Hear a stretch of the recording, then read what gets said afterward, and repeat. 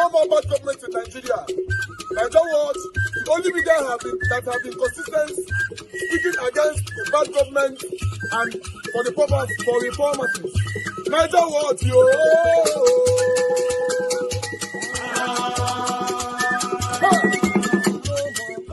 Headlines around the globe. First off, the Department of State Services, DSS, has filed charges against former Kaduna State Governor Nasir El-Rufai at the Federal High Court in Abuja over allegations of unlawfully intercepting phone communications of the National Security Advisor Nuhu Ribadu. Court documents reveal that El-Rufai, during a live television interview on the 13th of February, admitted to knowledge of the interception. The prosecutors claim the act compromised public safety and national security, instilling fear among Nigerians. In the 3-count charge, the DSS describes the action of the former Kaduna State Governor as being in breach of the Cybercrimes Amendment Act of 2024 and the Nigerian Communications Act of 2003. They accuse El-Rufai of both direct involvement and failure to report individuals allegedly responsible for the unlawful interception. Also, the Economic and Financial Crimes Commission has confirmed that former Kaduna State Governor Nasir El-Rufai is in its custody for questioning, with no assurance on how long he'll remain there. EFCC spokesperson Dele Oyewale accused the former governor of causing chaos by mobilizing supporters to the commission's office. Oyewale says El-Rufai is being interrogated over a range of issues, including comments he made during a recent television interview. He says while the live interview was ongoing, the Department of State Services contacted the EFCC to confirm whether its interrogation had concluded, indicating interest in questioning the former governor. Well, meanwhile, hundreds of protesters under the banner of civil society groups on Monday stormed the Kaduna State House of Assembly, demanding an update on legislature's probe into the administration of former Governor Nasir El-Rufai. The demonstrators are calling for transparency and accountability over allegations of corruption and human rights violation. Arise News correspondent Nisi Gabriel reports. Carrying placards and chanting solidarity songs, the demonstrators asked lawmakers to provide updates on the investigation of former Governor Nasir El-Rufai in June 2024. The group referenced allegations raised during the Assembly's inquiry, including claims of misappropriation of 423 billion naira in loans and other state funds during the former governor's tenure. No single individual will take what belongs to the public, amass the wealth, and sit down, look at the face of Nigerian people, specifically Kaduna State, and abuse the state. Never. So, this is a clarion call. All hands must be on deck. Mr. Speaker, we are here this afternoon in pain. And we are also going to ensure we watch all of these things with keen interest. Above the law And duly processed. Is driving tangible results. Of the people, by the people. campaign. Praise the growing unity among 700 kilobytes. See, it will be on record, Ayo, and I'm saying for the opt-in time, that if they don't make electronic transmission mandatory, they are enemies of democracy, because we have nullified all the arguments. All the arguments of there's no network is illogical. Chairman of Alton has come out to say, those that provide the network has come out and say we have full capacity. We've built capacity over 1 billion infrastructure worth, and they have reiterated the message that what the Senate said was wrong. So where they are parading the reports of 70% broadband, foul, lies. So if they don't pass it, there's going to be an indictment on them. It's going to be a record they had a chance to do something that they didn't do anything. Yes, El-Rufai had his day in the EFCC yesterday. They grilled him overnight. There's still conversations going on about over 423 billion. They said most of the loans he took was not properly accounted for. I mean, we've had the allegation, because I remember we had somebody on the show a couple of months down the line, maybe about last year, where they came to talk about these allegations against El-Rufai, he's definitely going to answer it. The DSS too has also, filed a case in court against him as regards the phone tapping. We'll see how all of that pans out. While all of this was happening yesterday, I think in Adamawa, President Tinubu, sort of like passed a vote of confidence on Nuhu Ribadu, yes, by saying he's doing a good job and everything. And they're going to fight and get rid of banditry and all of that. I mean, that will come as a very soothing one for Nuhu Ribadu. I'm hearing next person, so maybe I'll yield the floor quickly because of time. Thank you so much. Okay, 3 specific issues that are on the table. First, Nasir El-Rufai. There was an attempt to arrest him, but subsequently, he has not. Nuhu made the call and made the order that I must be in custody yesterday. How do you know he made the call? He made the calls, we listened to their calls. The government thinks that they're the only ones that listen to calls, but we also have our ways. He made the call, he gave the order. And that was the statement that landed Nasir El-Rufai in legal trouble as the federal government has filed charges against the former Kaduna State governor. According to court documents, the prosecution claimed that on February 13, 2026, El-Rufai admitted that he and others unlawfully intercepted the phone communications of the National Security Advisor, Nuhu Ribadu. Secret. And that's why in certain jurisdictions you have the Official Secrets Act. And the surprising aspect is this. El-Rufai, the case is in court. There's a limit to which we can talk about it. Yeah. But having said that, El-Rufai is a very intelligent man. He's been a public figure for quite a while. He knows what is right. He knows what is wrong. You know what should be discussed publicly and what should be in the cooler.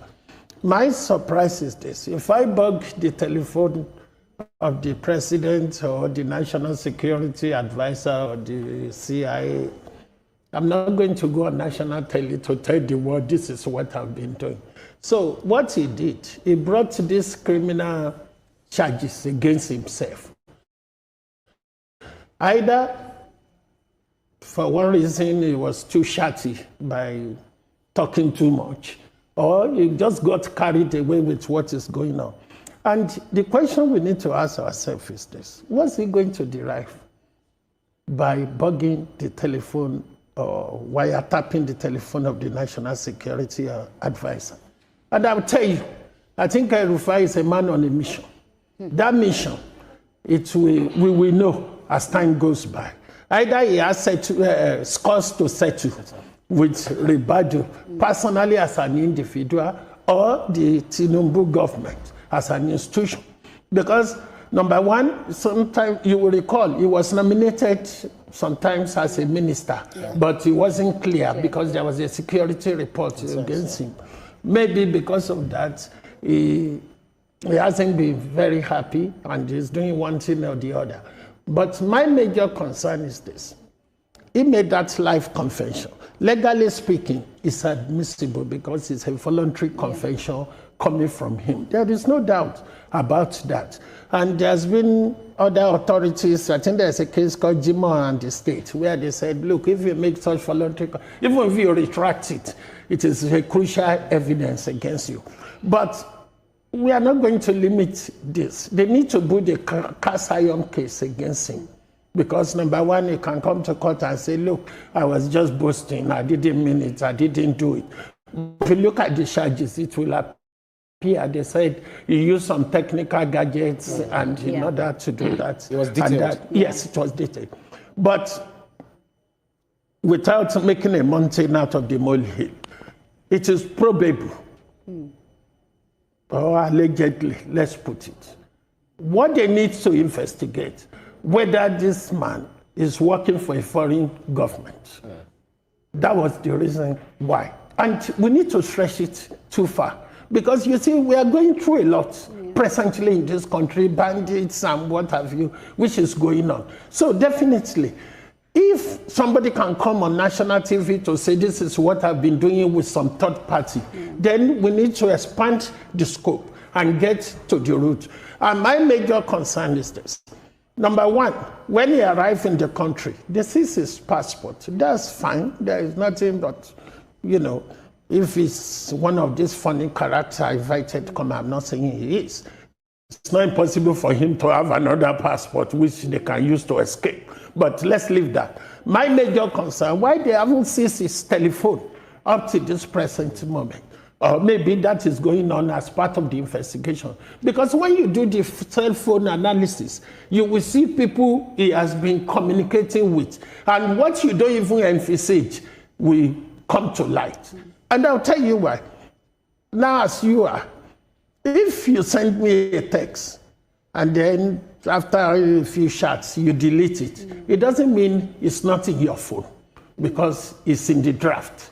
And once you give the phone to the expert, they will tell you all the people you've been chatting with. That's one. The second one is this. You are here in Lagos. Now, by the time you move to Ibadan, there's a telephone mast which you are using. And the security forces can use that to say, look, as at the time the incident happened, you were using this particular mast along the Lagos-Ibadan Expressway, which you are using to communicate with this person. And it's not far-fetched. You will recall what happened. I think that was during the Aregbesola case, where the lawyer allegedly has been communicating with the judge. That will shock you guys now about El-Rufai. And I know say... Anyway, let me greet you guys first. My presentation never finished, because my presentation will log today, but I just want to say this. Should I post a link now? Okay, I'll post a link. When I finish this monologue, I'll post a link. Mother of Omomi Diaspora, good evening to you, my lovely mother. Thank you very much for all that you do for us here every day. I appreciate you always. Thank you very much, everyone right there. Abo Azi, my brother, God bless you. Thanks for all that you do. Thanks for your consistency. Thank you, everyone right there. Mother Peggy, Mother Eugenia, Mr. Johnson Emmanuel, Mother Stella, myself, Riomi. Thank you, my people. I appreciate you all. Press on the like, help us to share. At peace in the building. Thank you very much, sir. And thanks for the super chat already. I'm very, very grateful for that. I appreciate every one of you that is on the comment section and the one listening to us, Riomi, and many others. Ben, I can see you in the building. Thank you very much, guys. Just press on the like, help us to share. Best, I can see you. Best man, I can see you. It's been a while. Good to see you on the show today. Wabo Felix, I can see you as well. God bless you all, my people. I guess you guys can hear me. Acknowledge my voice. Acknowledge my voice. Oh. El-Rufai, Matt, don't go put out for trouble. Hey, God. This guy go take for prison, eh? God. He go take. El-Rufai, he go take. Now me they tell you, he go take for prison. Do you know what it means that your enemies fed the fire, they want to bring you down? You can't go dine with them. They all come use opportunity to put points for your food, take by you there. El-Rufai go take for prison. From EFCC camp now, they go carry and go DSS. From DSS, in fact, a mere fair case go better pass El-Rufai. You see on this platform, for those of you that have been following me for a while, I always say, when you are talking, always listen to yourself. I've said this so many times here. If anybody can remember, put it on the comment section that I can remember. You see me, I'm not a perfect person. No. Have you ever asked yourself, how come no matter how angry I am, I don't cross the line? No? Because when I'm speaking, I listen to myself. I know what you can use against me. I know what you cannot use against me. Oh, you think you that is listening to me today, you are the only my sincere follower that wish me well. Satanic people are listening right now that doesn't like me. Do you know why they watch me every day? Because they are patiently waiting for me to make mistake so that they'll use it against me. That's what your enemy do. So your enemies are the one that watch you more. They are not watching you because they want you to succeed. They are not watching you because they want you to progress or whatever. They are watching you to see when you will make mistakes or use it against you. And in the process, they are blessing you without not knowing it. When you are speaking, and you are listening to yourself at the same time, if you make mistake, you can amend it. Let's assume El-Rufai was listening to himself. When Charles, Arise TV anchor, asked him that question, oh, you tapped the phone and all that, he said yes. Charles asked him the second time, but you know, that is against the law. If he was listening to himself, that is where he's supposed to amend it to say, oh, what question did you ask me? Charles said, no, you said you tapped it. He said, no, I didn't tap it. We assume that this is what, in fact, oh God. When you don't listen to yourself, you're the talk, no direction. El-Rufai finally landed. I bet you, before Tinubu come up for presidency, whether in 2027 now we go remove him or any town I want to remove him, El-Rufai not go see the daylight anymore. Some of you that is saying the Northerners gonna do this one, they're not gonna agree. They can't do nothing. They will not beat to fearless. Hey God, is that English or dictionary? They will not beat to fearless. They can't do nothing. What are you saying? El-Rufai is finished on earth and in heaven. They cash him. You know where they cash him? So they're supposed to cash him for a ribs. Now he neck, he throat, then for your cash him, so he throat. Don't say, don't worry, we are investigating the issue. We are finding out, we are doing, before you know El-Rufai don't do 1 year. Before you know El-Rufai don't do 2 years. Jesus. The only prayer where El-Rufai will they pray, that make journals they pray for where he go day. Make journals say make Peter Obi win. If Peter Obi, they don't let him rule for 2027. I bet you El-Rufai will be there to Tinubu come out, and whoever that will take over from Tinubu, is now Tinubu camp it come from, will continue. Just like what they do, Nnamdi Kanu. Now Buhari regime, they arrest him and they continue now on Tinubu's own. I'm telling you, you need to listen to yourself when you are talking.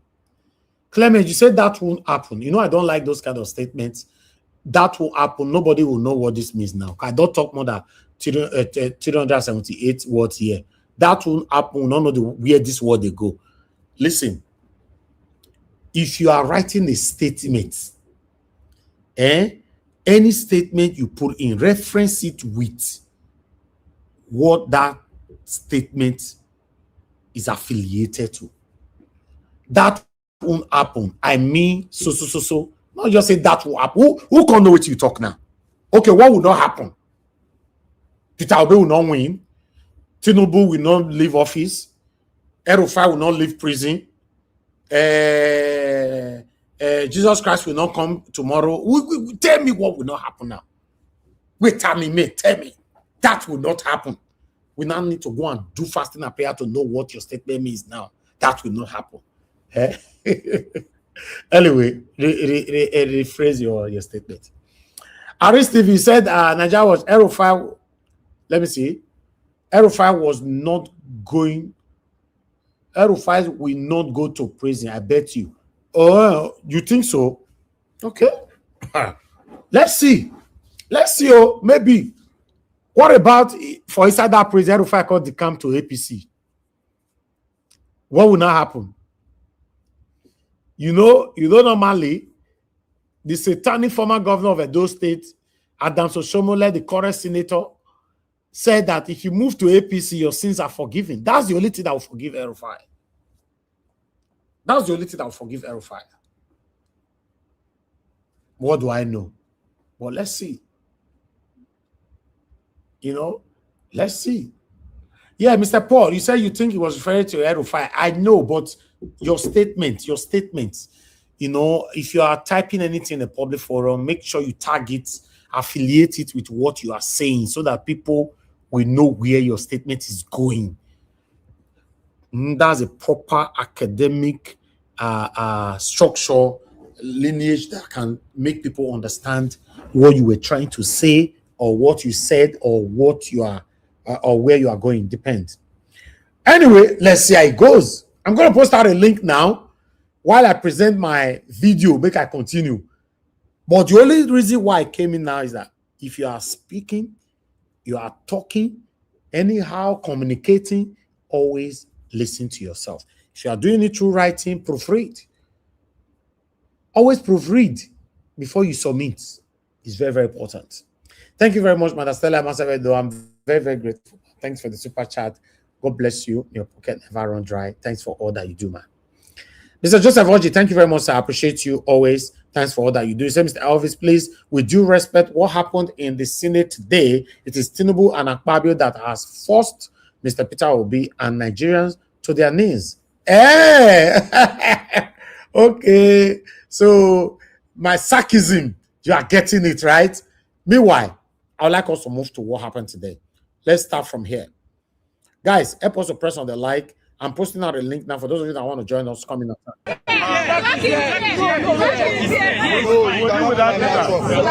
can't see you. We'll do that one later. Listen. Your voice fellow Nigerians, we are gathered here not as politicians. We are gathered here as citizens who are concerned about what is going on in the country. What we are discussing is not politics. We are discussing citizenship. Yes, sir. What the National Assembly is seeing today, with all of us in front of them, is what they ought to be seeing every day. There is no parliament you go in the world where the citizens are not found in the gallery and around the parliament making one case or the other.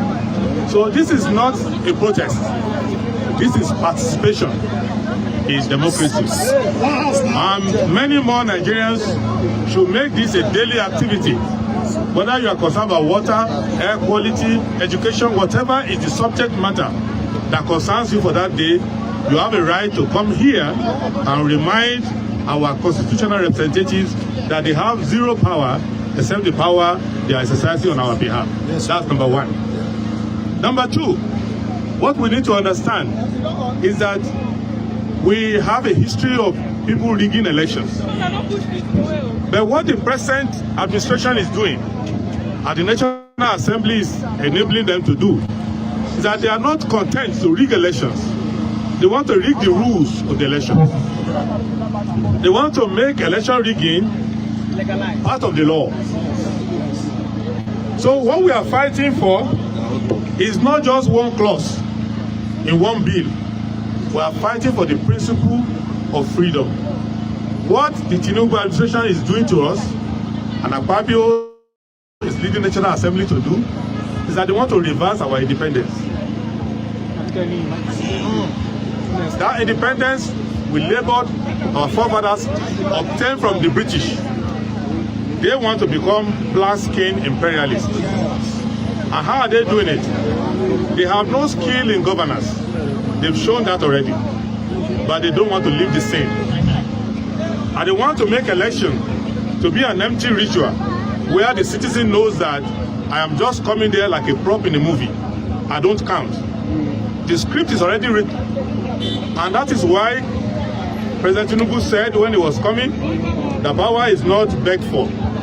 You don't beg the people for power. You go and grab it like a pickpocket, like an armed robber. You grab it, you snatch it, and you run with it. And the citizen of Nigeria, in his mind, will do nothing. What we want them to know is that we can lose on the issue of governance, because we know that next time a better government will come. We can lose on the mismanagement of our resources. We know that when we hold elections, we will correct it. What we cannot lose is our sovereignty. We cannot lose our sovereignty. We cannot be a people who are not free in our land. Right. So this movement for credible election is not a political movement. And don't assume, because Nigerians have a messiah problem, don't assume that there will be a BSA coming to fight for you tomorrow. We start National Assembly with a prayer. House will start with a prayer, end with a prayer. Senate will start with a prayer, end with a prayer. Federal Executive Council will start with a prayer, end with a prayer. But in between, everything's a lie. We cannot be like that. So I plead with government, they should realize that they are ordinary people like us, and that the government seats Zimbabwe. So what we're saying today, whether it is Senator Akpabio and all your cliques, your end has come. If you do not adjust and agree with what the Nigerians are asking, I can tell you, study the history of this country. The end of the wicked has come. That is standing on the righteous position of the God who made the heaven and the earth. Now, Nigerians, I want to ask you a question. You lost over 100 people in Kwara, and every Nigerian is moving as if no soul has been lost. Nigeria should be mourning now. Nigeria should come to a standstill. Hey, Nigerians, it's time to come out of our comfort zone and get on the street. Now, let me say this in closing. This is the beginning of the fight. No retreat. No retreat. No retreat. Until we all see the new Nigeria. And we will see the new Nigeria. Congratulations, Nigeria. Said here, I just landed just a few minutes ago, and I couldn't drive to Jos. I needed to divert to be here. And I want to say that I was in the Capitol Hill. I was in the Capitol Hill, and I did not ask for any protocol for me to be in with the members of the Congress. I made my presentation. My presentation was taken. Why should it be in my own country that the citizens cannot go inside the chamber to discuss with the members of the National Assembly? Nigeria doesn't belong to them. Nigeria is ours. The office of the citizen is greater than the office of the president. Enough is enough. All this grammar. I have traveled across this country, 740 local governments.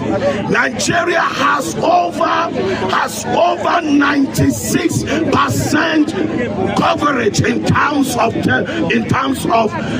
network. Why should I be afraid? Why should you be afraid? Transmit result real time. We don't want any jabba language. Strange. 2027, there will be no room for the judiciary to manipulate and decide who governs us. What I want to say, the Bible says God has not given us the spirit of fear. Nigeria, no fear. They want you to be afraid. They want to threaten you. They want to run this nation into one party state. It will never happen. We have prayed, and it is time to act. That's why I am here. Let me tell you, the most important provision in that bill today is this electronic transmission. Because in the past, nobody knew what was voted in polling units across the country. And that was what enabled them to now do collation that was a wayo collation. It got to the point where I even had to begin to put out things in pidgin English just so that Nigerians who say they don't understand this complexity can understand it. It is that important. If you don't care about yourself, at least care for the generation that is coming from you. Because you may be thinking that you are okay right now, but you're not okay. You're not okay if the generation that will come from you will not be okay. Because until you get good governance in this country, the child of the poor is stuck for life. Do you want your children to be stuck for life? No. That is very smart.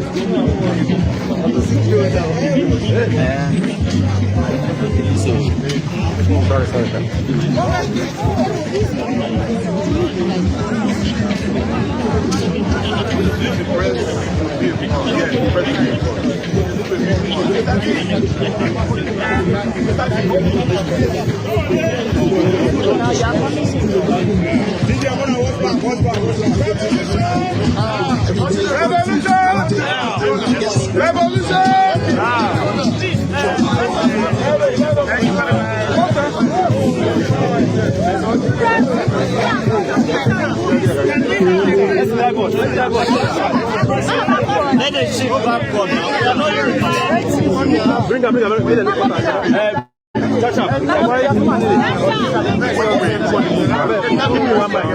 so you guys can share one here with our current electoral bill, the INEC Bill 2022 as amended, on the matter of electoral transmission of results electronically from the polling unit into the IREV as a clause that was considered not to be a mandatory provision in the 2023 election, because it was considered as one that was open to the discretion of the Independent Electoral Commission. You will know that the citizens came to the conclusion that the Senate is acting contrary to the desire of Nigerians for electoral transparency that will strengthen our democracy. You know that to be so. Many citizens have spoken. I have been particularly loud in stating that if the Senate gets away with a provision that is ambiguous, that gives power of discretion to determine the ifs and the buts, instead of making the clause mandatory that every vote must count in this country, and that the way that our votes will count is to have this mandatory provision that makes it the core principle of our electoral transparency, that no longer shall our votes be subject to the kinds of TPEX cancellations of results that we saw on the EC8A in previous elections.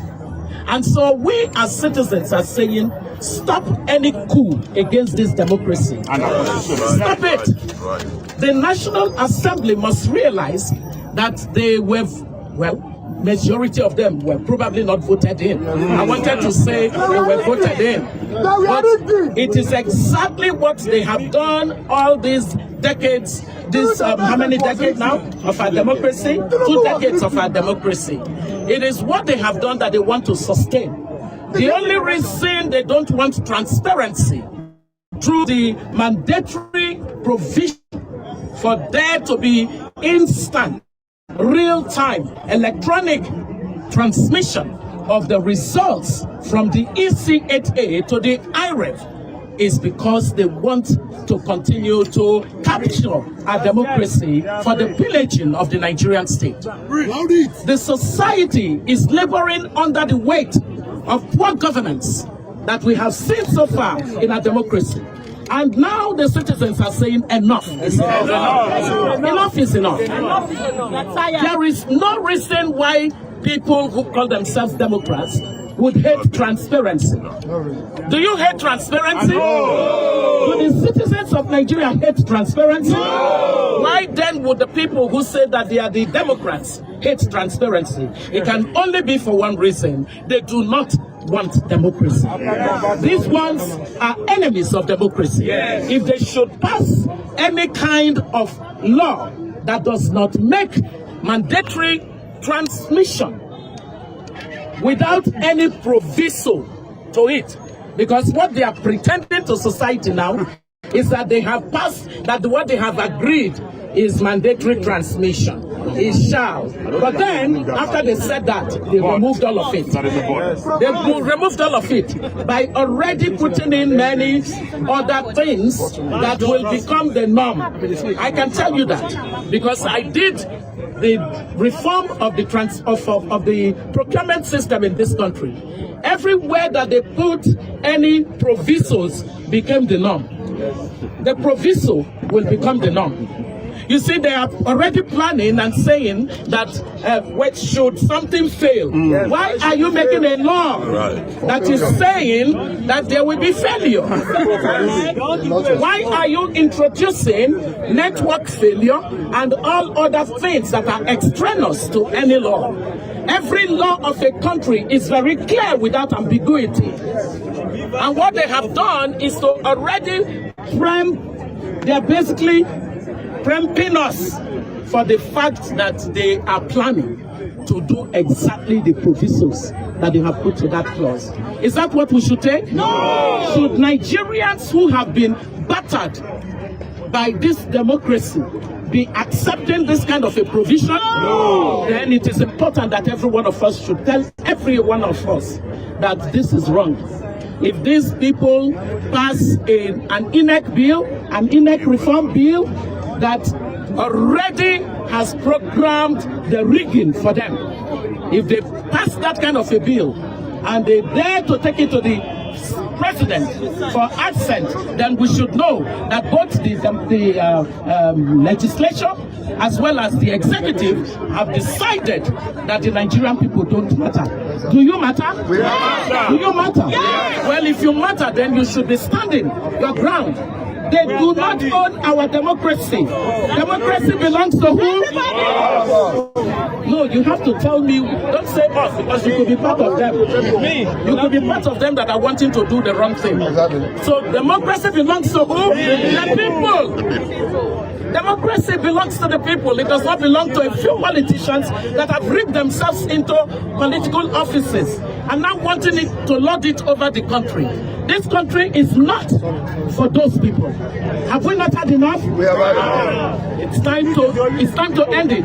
Let me tell you, the most important provision in that bill today is this electronic transmission. Because in the past, nobody knew what was voted in polling units across the country. And that was what enabled them to now do collation that was a wayo collation. It got to the point where I even had to begin to put out things in pidgin English just so that Nigerians who say they don't understand this complexity can understand it. It is that important. If you don't care about yourself, at least care for the generation that is coming from you. Because you may be thinking that you are okay right now, but you're not okay. You're not okay if the generation that will come from you will not be okay. Because until you get good governance in this country, the child of the poor is stuck for life. Do you want your children to be stuck for life? No. Your grandfather handed poverty to you. Yeah?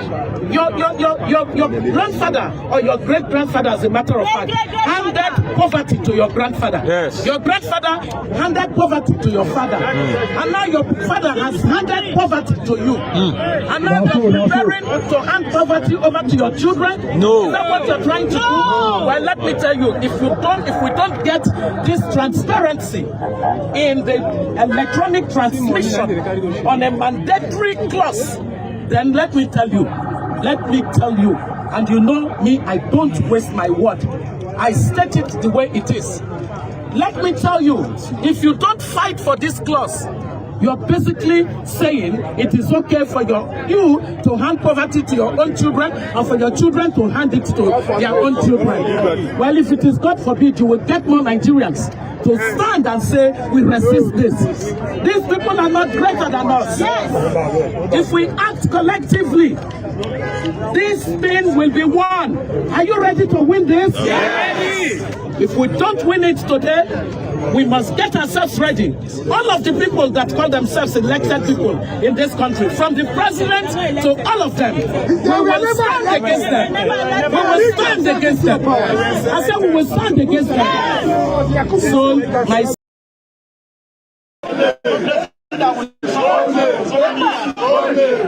Look at the point of order you raised. Yes. You now deny the point of order. The next one you said the eye service. I now reverse the DA service. He said it. Where is the media? Are they around?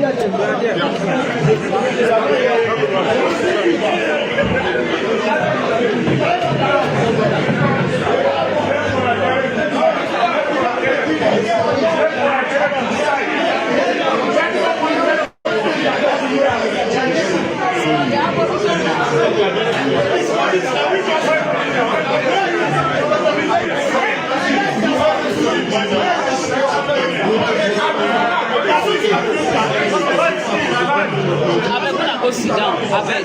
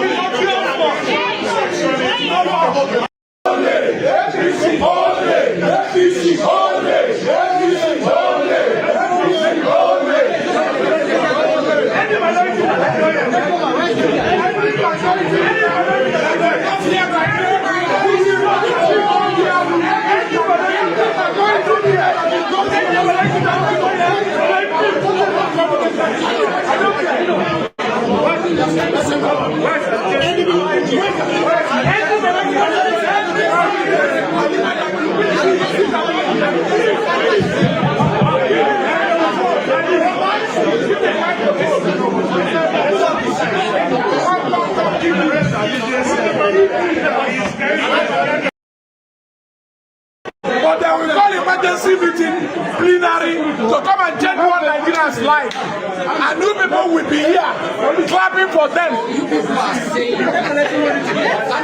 I don't know. I'm not talking about money. But whether you collect money or you don't collect money against Nigerian people, posterity will never be fair to you. I am not talking about money. Have you seen budget of why can't I use that budget to pay? We want to invest in such places that will not in your house, in your village, go and see. Are you not doing POS? In my village, you don't have POS. You don't have POS. You go to another village. Okay, how do they capture you? How do they accredit you to vote? It was another village. Another village. That another village will upload the results. That another village will upload the results. And what it is it's just like sending message to me where you don't have network. You send message to me by 11 a.m. You don't have network. If you have network by 3 p.m., that message will be delivered. And the time will be 11 a.m. Are you not aware of that? Send message to me by 11 a.m. Because you don't have network. Wherever you have network, that message will deliver and have the original time you send that message. Why are we raping Nigerians? Is it not enough? But they said is it not enough? We have borrowed money 3 times to pay contractors. That money 3 times we are diverted to other things. And contractors are dying. And you have the prejudice to call us emergency plenary for us to smuggle in what we have passed before. Honorable sir. I don't want to talk. If INEC have budgeted so billion for the election, why don't INEC pay for satellite for 24 hours? Why? Why are you telling us that network will fail here, network will fail there? Why? So, that, you know, what we are saying is, have you gone to any other country before and hear about network failure? Why not that assumption there? And somebody was asking me here, what of insecurity, what of this? Government at the center with army, police, navy, air force, and you're talking about insecurity. Make I enter my mother womb. Go rest. Yes. To address you. Again, there is also section 84, which has to do with the primary elections. Our position remains that method of selection of candidates should be an internal party decision. And so political parties should be allowed to determine what method they want to adopt in selecting candidates that will represent them, not to be cocooned to either direct primaries or and so these are issues that we feel that Nigerians should take up from here. As your representatives, we have made our position known. We support that parties should be allowed to adopt the method best suited for them to choose their candidates, direct primaries, indirect primaries, or thank you. When we finish,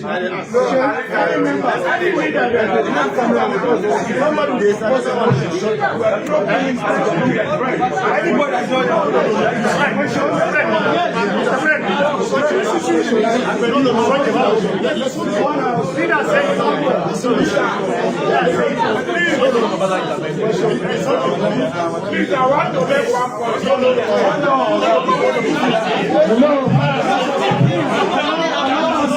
We have questions. Can we take questions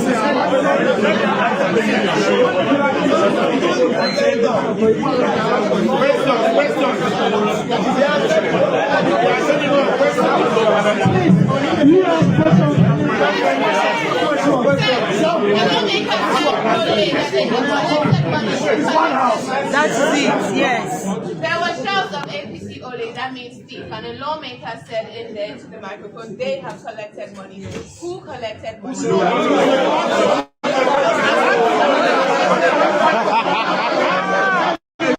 That's a good question.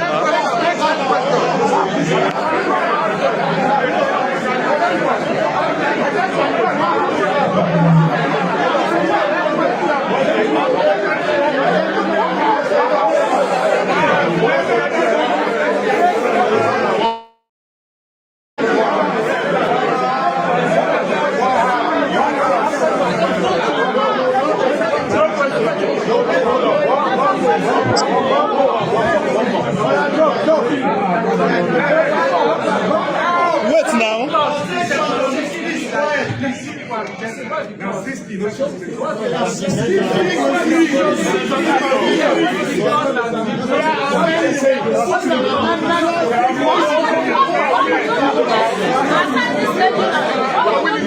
ensure that these clauses are passing. That is why we come to tell you people, so that you tell them.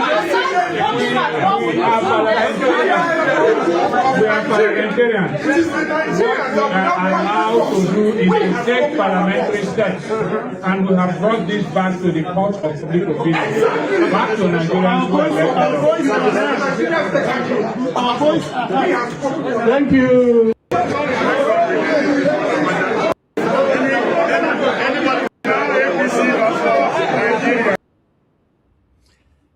We're in trouble.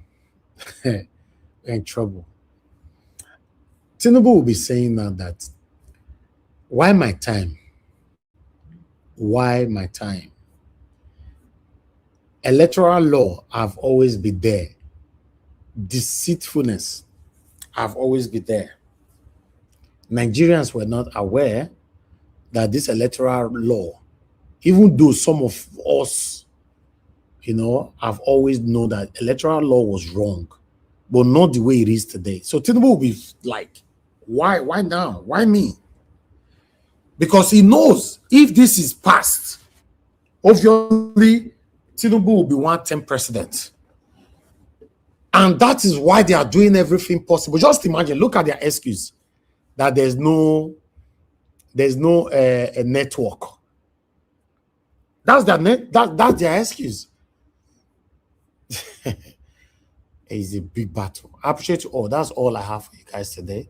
Good morning, good afternoon, good evening to you all. For those of you that want to call in, this is the best time to call in. I'm just going to move on straight with my panelists to start talking to us. I've spent so much time presenting today. Guys, help us to press on the like, help us to share, press on the dollar sign, encourage our work here. I appreciate those of you that have super chatted us already. God bless you all, my people, and God bless you now. Thank you. Give us a minute. You want to say something? Yeah. Greetings to you, Amomi Diaspora, and everybody on the panel. So what you just said now, I sent you a video about Mikey Kenny. Did you see that video? No, I have not seen it. If you play that video, it will just cement what I sent to you. It's on your WhatsApp, your I think your UK number. If you play that video, it just cement what you just said now, please, if you don't mind, sir. No, I'm not sure we have enough time to play more video, but I'll look at it maybe in the middle of the broadcast. I might bring it in. Okay. Thank you, my brother. It's unfortunate that this is where we find ourselves. It's going to be a big fight. But Mr. Elvis, yes, sir. I think maybe these big guys, like I said here, you don't know what you're doing now, but posterity will tell you in the future. Now, Mike Kenny just made that video, I think less than 24 hours. And I think in some 3 or 4 days ago, been calling Mike Kenny, right? So now they are bringing him ahead. So you just understand that they know that he knows everything. And just look for that video, listen to it. And I wish you can play it in the course of this presentation today. That was telling everything that we need to know. Thank you, sir. All right. Thank you very much. I appreciate you, my brother. You sent 2 videos. I'm not sure which of the one you're talking about. Prophet. Okay. All right. Okay, I got it. All right. Let me see how long is the video. The video is quite long, though. I don't think we still have time for that. Yeah, it's quite. I will play this video. Should we play it now, guys? Okay, on the comment section, should we play the video now? Please mute yourself. I'm asking people on the comment section. Should we play it now or we play it tomorrow? Thank you, Mr. Joseph Orji. Please talk to us. Good evening, please. Thank you, Mr. Elvis. Thank you. I greet everyone on the panel, and I greet Mommy the Diaspora.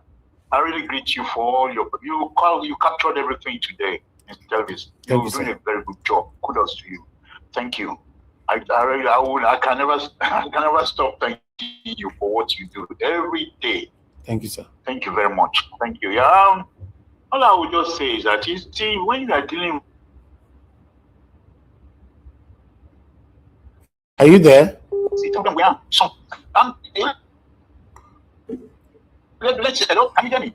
Okay, you are Can back. you hear me? Yeah, you are back now. Talk to us. Yeah. What I'm saying is that when you are dealing with somebody who is a Beelzebub, satanic, cantankerous, this is what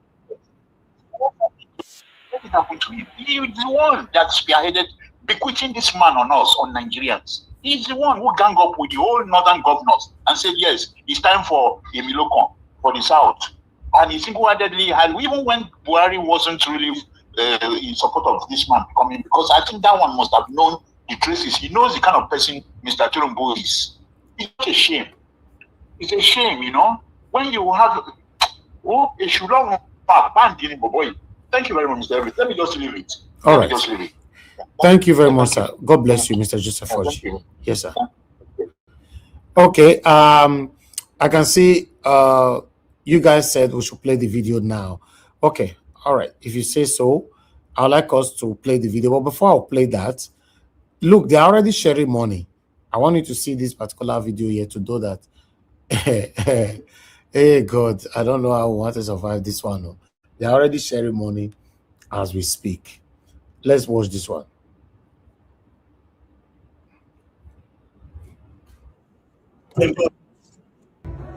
We believe in the progress of this dear state. As members of All Progressive Congress, even though there is a plan for a new beginning is coming, and a new activity is coming, very soon it will be evolved, and it will actually deliberately open up the real progress that we've always campaigned for when we formed APC in 2015. So with this, I must thank everyone that is here. Abarka Salah from the mouth of Honorable former Minister Abubakar Malami, and all our leaders are here to tell you that we decided to start this journey here in Kokobese to tell you we love you, we are with you, and Baraka Salah. And this message is going to be in every local government of the state. And to tell you that, I'll have to use this word again, to tell you that in his mouth, akwai sabuwar tafiya gaba. Assalamu alaikum wa rahmatullahi. All right, this is APC group. You know, in one particular state in Nigeria, according to the man, he promises that this was going to continue or take place in other local government in the state.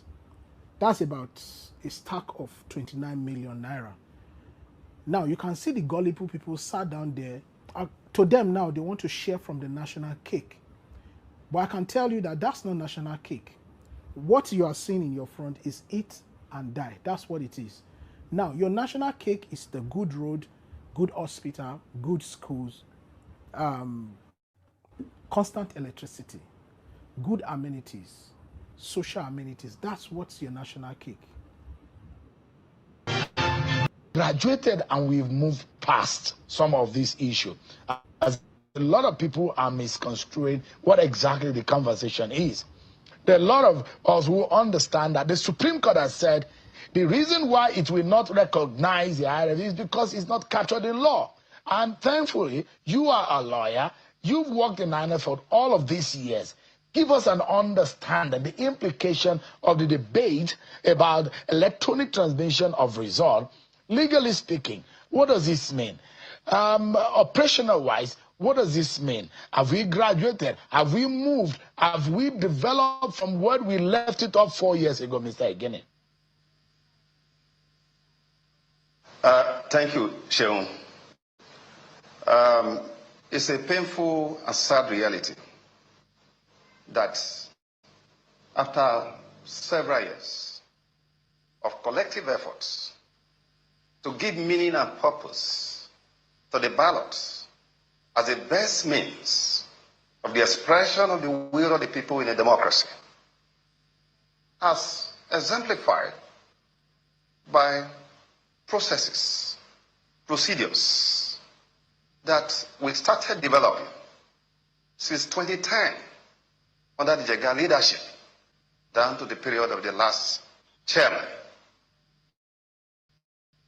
all aimed at taking our electoral process from the poetry and rubric of pain and frustration. Here we are again, several years after. We are still debating what had been long supposed to have been settled. And that's basically, for the past 2 years, I have told folks that have decided to say good night to Nigeria. Because after 30 years of the struggle, a better Nigeria, particularly having to be in the commission for 10 years, I consider all those 10 years with what is going on as a waste of my precious life. But I decided, based on so many calls across the country, and particularly the fact that when I recall Pythagoras, when he was fed up, as I've been for a while now, with his people of his own time, Pythagoras went into isolation. But subsequently, at some point, realized that the best way to study human beings is to come back and live with them. It's on that basis that the current debate that's ongoing, that your humble self and so many media stations have been calling to hear my opinion, that I decided to offer that today. That's point number one. Number two, it should be noted that the greatest promise, embrace, it is essentially about participation and accountability in the process of human development. Shown as at 2012, 10, the Commission has carried out innovations, realizing the fact that any institution or society that fails to embrace innovation will suffer decay and chaos. On the issue of transmission of results, let me state this emphatically, that in 2021, the Independent National Electoral Commission, where I served for 10 years, that I consider as wasted years of my own legal practice, the Commission issued a comprehensive statement, just as what is going on today, this debate. INEC is absent in this debate. INEC is isolated. It is INEC that conducts election. Whether there is capacity, whether INEC is ready, whether there are infrastructure to support e-transmission, the Commission is expected to speak. And indeed, INEC has spoken before. This is not a first.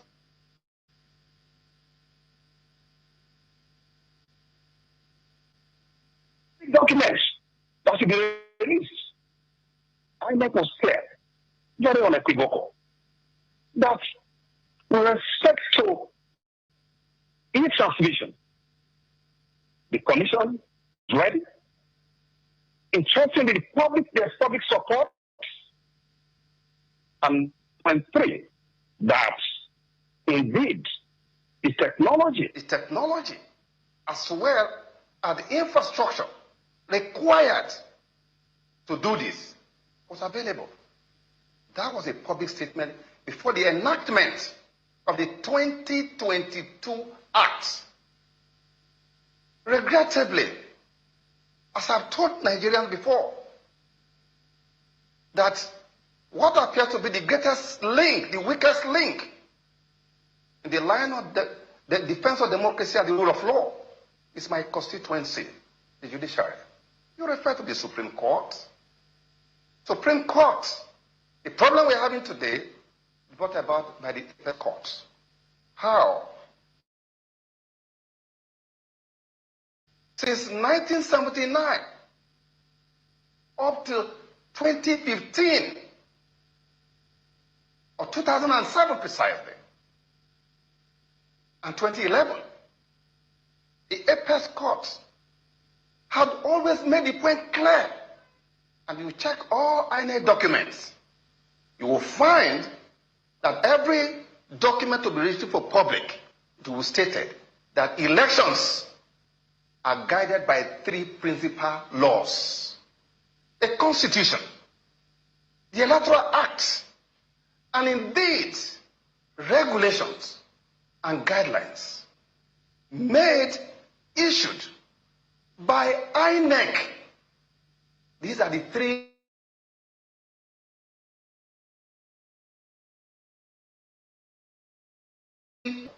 they have the force of law, fully, fairly, and impartially. With respect to the judgment of the Supreme Court, it's shocking that after all the historical judgment by the Apex Court, that because regulations and guidelines issued by INEC they are made pursuant to the Constitution and indeed the Electoral Act, they have the force of law. They are subsidiary legislation. Because if you go to the first alteration of the Constitution that was brought about by the Jonathan regime when it came to office, for credit was drawn to see as it was then with respect to executive bodies set up under Section 153 of the Constitution. It subjected INEC to the direction and control of the president at the federal level and at the state level with respect to SIEC. When that was brought to Jonathan's attention, they wanted freedom for the umpire. That led to the first alteration. And in that alteration, Nigerians should go and read it. It stated clearly that of all the executive bodies set up with respect to the independent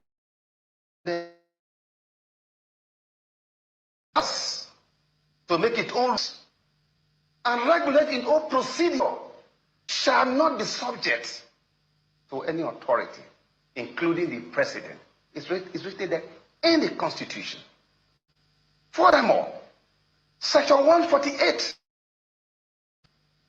even the 2022 Electoral Act, it's unequivocal for the fact that the INEC, the Commission, shall have the power to issue regulation and guidelines to give effect to every provision of the Electoral Act which have to do with elections. This background knowledge is important to see the tragedy of the decision of the Supreme Court that has thrown everything in disarray, and that today we are arguing, debating what has belonged with settled. So, it is that decision that has informed the idea by members of the National Assembly when they worked together. In fact, I was so impressed at the issue that attitude in the effort in the current act. But shockingly, as we are getting to the end, there is now because they now wanted to ensure that the innovations that are put in, that have been developed to address historical challenges of election service delivery in the country should now be reflected in the Electoral Act. Let me butt in quickly, Mr. Guinea. I like to take up a few questions. To land on that point, just to land on that point. It is that effort that has now led to the current debate that is going on with respect to the proviso that have been put in there, which is a replica of incident form, a reintroduction of incident form, and it's a recipe for yours. And as we go on this program, I am going to give you details of how that is going to cause problem in the coming election, because there will be no network, since there is now a law to the effect that where there is no network, that is the point that needs to be noted. And that is the point where I'm going to start my question. So for a lot of us who remember the card reader machine and how the law at the time gave the power, discretionary power, to INEC official on the field to say, should the card reader fail, you can reverse to the incident form. And some people, like you mentioned, just went straight to the incident form and started filling it and padding it, as it were, at a time. But we graduated, we move forward. asking that because, and Senator Bayemi Bamdele is giving from his position as a majority leader, giving an analysis of our infrastructural problem, of a safe corridor should technology fail, to give that discretion to say, if it fails, this will happen and that will happen. Do you agree with him? I partly agree with him and partly disagree with him completely for the following reasons. The distinguished senator knows, he's a lawyer, and we're on his common knowledge, that discretionary powers are susceptible to abuse. And as I speak to Nigerians tonight, I speak as someone who had field experience, who collectively with my colleagues carried out of Nigeria. And I've sent you some. And I'm going to give more information on this. That we first and foremost identify election rigging provision in our laws. It took us 20 years for the National Assembly to accept to repeal those laws. Section 49, Section 53, which is now 51 in the 2022 Act, Section 49 of the old 2010 Act, which is now 47, Section 68 of the old Act, which is now Section 65, these were profound election rigging provisions. Specifically, with respect to Section 49, it stated that was in fact the rigging provision that political elite sustained for 20 years, despite all our effort to appeal to be repealed. It simply stated that if who approaches a presiding officer for presentation of his voter's card, if the presiding officer is satisfied, that is language, he will issue him or her a ballot paper. Because of that, we just started buying voters' cards. All you require to do, compromise the presiding officer. After all, what satisfies him? It could have been the money that they are giving to him that will satisfy him. There was no objective means to identify voter because the credibility of election in a democracy of one person, one vote, one person should not have multiple votes.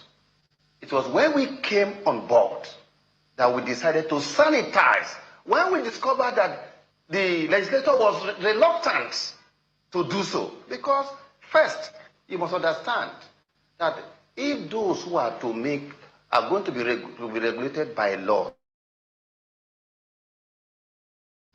two things will happen. There will be capture and sabotage. And I will give you details of status sabotage. But with respect to this, it was against that background that we now, under the Jega leadership, we now introduce, first, recall that in 2011, we had to do separate accreditation, separate voting to deal with that section 49, that was the rigging, so that we could know who actually are the voters. That was in 2011. Now, because we came in a very short period, by 2015, we now decided to the innovation of the card reader. The card reader business was to identify. Now succeeded for the first time. You know, we can easily forget this in this country, that before we came on board, every election cycle, Nigerians are meant to come and register. 18 years old people who are registered, you must go to register. But we succeeded in the 4 tracks of the EBS system. We want the biometric registration of Nigerians successfully. With the biometric registration of Nigerians, we now introduce what we call the card reader as an identifier to identify, confirm, and authenticate. Now, when we now realize that people were having fingerprint issue, we now decided that how could you see a Nigerian, a citizen who has come before a presiding officer? You could see the name on the register of voters, but the only challenge Or to confirm, of course, on the card reader, you could see his picture, but you cannot confirm his biometric. We now decided that, okay, you know what? There should be what we call a special to show so that you have form, which is a discretion. You know what happened? In that corridor, we had an application because for inclusive electoral process, we took into account people who have lost their fingerprint. So there was an application in the corridor to take into account people like that. Do you know that in many places, the corridor was shut down? No villages, they no longer have fingers anymore. A whole village, all fingers gone. They were now using that application. That was forgotten, the problem of incident form in Nigeria. We now, by the time we were now going for the 2019 election, we now updated the software and the hardware of the card reader to get rid of incident form. That was what we did. Now, coming to the issue about transmission, which is now the discretion given to a presiding officer. Let me give you a big background information to address the one aspect of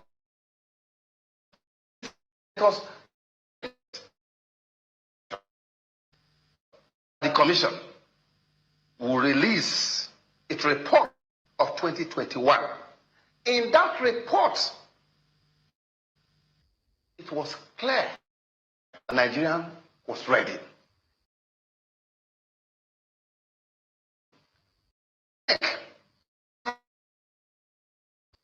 It is set up in preparation for e-transmission. In that committee that was set up, it was headed by one engineer, Obale Baska, including the National Commissioner, Mohamed Leki. Their report, they came out with an interesting report that the coverage across the Federal Republic of Nigeria, polling units where we could transmit results. Please, Sheon, I have put excerpts of that report showing Zamfara, Borno State, all those that we put that. Based on that, the commission report and allocated polling units, the mobile network of operators, the MNOs, Airtel, Nine Mobile, MTN, and Glo. There were 4 at the cost of 395,123,000 for the purpose of SIM cards, data bundle, configuration, and so on. The commission was ready. But what was the problem? Section 52 of the 2010 Electoral Act prohibited the use of any electoral area. They put that in there. When we came in 2012, we made submission to the National Assembly to get rid of that. They refused to do so. And that is why I've always made a point that any society that fails to innovations will face chaos and decay. Now, they refused to do that. Because of that, INEC had to find a way around it with scattered innovation. As a matter of fact, let me inform here that with respect to e-transmission, it may interest Nigeria to know that when I got the commissioner in Cross River State,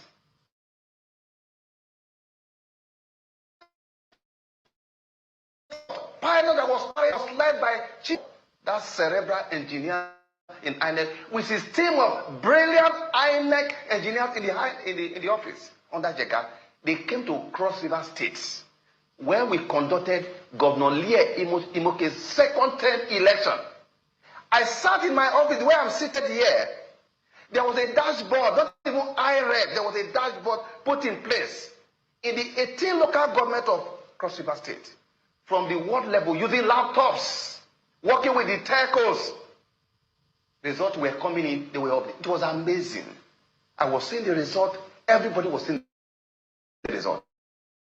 Our initiation of the big hall that we built in the INEC office across river, so that could be going on. Mr. Igini, just quickly, because of time. We refer to infrastructure. So we refer to infrastructure. Yeah. For infrastructure, infrastructure is there 93 after 2018. We are already ready for that. And INEC, in his concluding statement in that report, said that look, where we are ready. Led to us, our preference is for e-transmission. To put a proviso of this nature, having regard to our experience, that where there is no network, I bet you there will be no network in many places. So, Mr. Igini, chaos. yeah. Because I cannot be in a polling unit with a presiding officer. Nigeria cannot be a polling unit with a presiding officer where they can open their phone, they can see network, and the presiding officer says there's no network. That is going to be a problem. In any case, the beavers is configured both to operate online and offline. You must upload it. If there's no network within the immediate vicinity, and when you get to the next stage, it's going to hit the IRED. And the whole idea of the IRED, this is very important, is to underscore, which is what is contained in the guideline, that once you put all the dark alleys from ward level, local government, and all point of collations, those are dark alleys where changes normally take place. But once you transmit the result from the polling unit to the IRED, according to our regulation and guideline, if the result presented at the ward level, at all your level is inconsistent with what is the IREB shall prevail, because the IREB result is the result and now that Nigerians have seen at the polling unit, which already viewed all over the world, so that nobody can change it. So the IREB must be given the legal status required, which is contained in our guidelines. But because Supreme Court has spoken, let us now have it real time. And by real time, what is meant is that when the election shall have been completed, the presiding officer has signed, the party agent have countersigned. Immediately after that, the presiding officer uses the papers. All you need to do, snap it and send it. You send it, it is both online and offline. So the argument of network is completely... So, Mr. Igini, just quickly, sir, and I like this answer to be very brief. What is the implication of the amendment as is in the House of Reps version compared to the Senate version? If we go ahead with that, what is the implication to the 2027 election, considering the Supreme Court judgment? Just briefly. Well, if this proviso is retained, then there's going to be chaos in 2027 because there will be no network. Now, it is my plea to members of the National Assembly to be mindful of history, because they are the greatest casualty as we have presented. Because who becomes a candidate in election is now determined by governors who will go to the House of Assembly, the House of Rep, Senate. They are determined such laws. Now, if you don't do that and you don't get a ticket, there's no multiple tickets for each seat of any house. If you don't have that grace of being given a ticket, you could go to another political. If you have a system that you put in place already, you can have, that will be a fallback position. And that is why you could see the rate of turnover with all the implications in terms of the money that training and capacity building all lost because of the fact that Nigeria, we are like a grasshopper. You know, grasshopper does not work on the long term. That's why grasshopper work in the rainy season, in the dry season, it's always working. That's why in Nigeria, good people who you have found in the National Assembly, who are brilliant, competent, who have demonstrated integrity, who have shown independence of thought for the country, they are never allowed implication? Legally speaking, what will the record on the IREF do? Because there are those who will say the primary document as evidence for result at the polling unit is still the Form EC8A. What is the legal implication of the capturing of the IREF in the Electoral Act? The implication is that once the result, you see, what we wanted to achieve, first and foremost, it should be noted that every reform proposal by the electoral management body or other stakeholder, they are intended to deal with that have been perpetrated election riggers. It is the duty of the courts to advance the remedy that have been provided. We rest this IREF. The idea is that once the results have been uploaded to the IREF, viewed by everybody, you can no longer change it. And that is why in the regulations and guidelines made pursuant to Section 160 as well as Section 148, we stated clearly there under paragraph 38 that when the result that have been presented by collation officer is inconsistent with what is on the IREF, IREF shall prevail, because the IREF has been seen by the empirical world. So, where we are, we appeal to members of the National Assembly, because they are also going to be the casualty of what I'm talking about. The result is going to come. You saw the table that we have presented. So, it is in the best interest, because Supreme Court says so. But if Supreme Court has not taken that decision, we will not have a problem. Remember, the Supreme Court also said, oh, in 2015, car reader is a beautiful device. Why is it not reflected in the Electoral Act?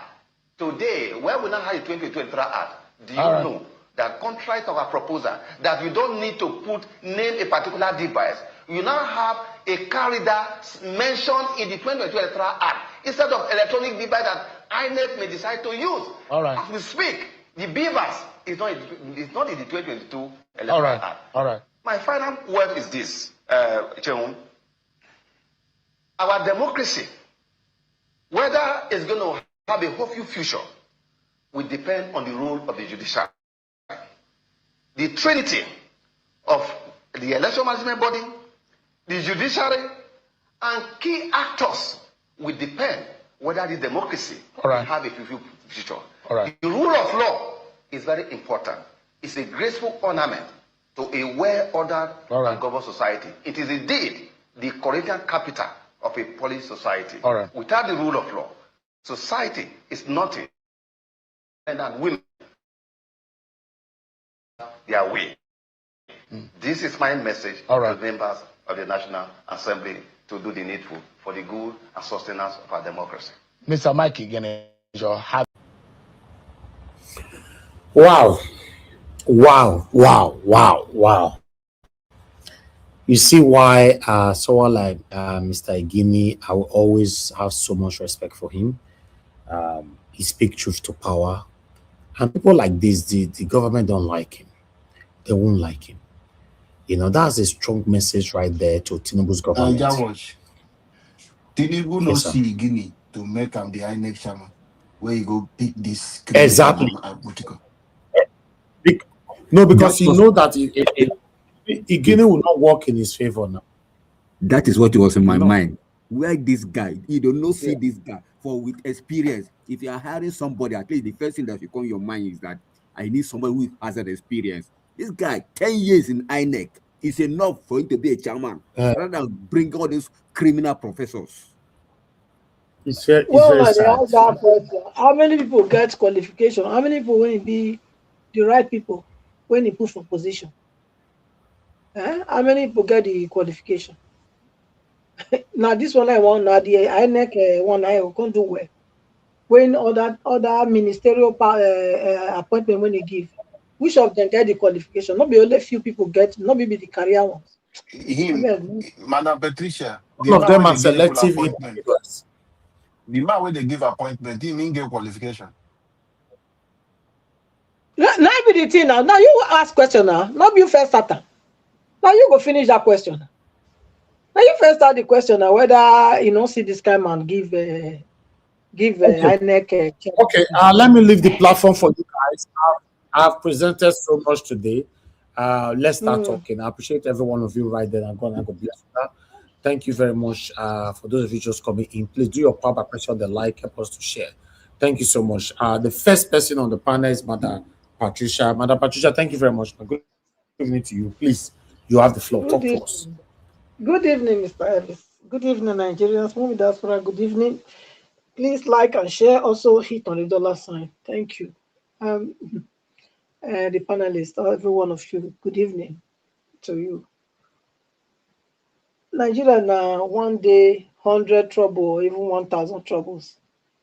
Now it be like, you know, the one we they talk about here is just a, it's just maybe 1% of all the things that is happening in that country.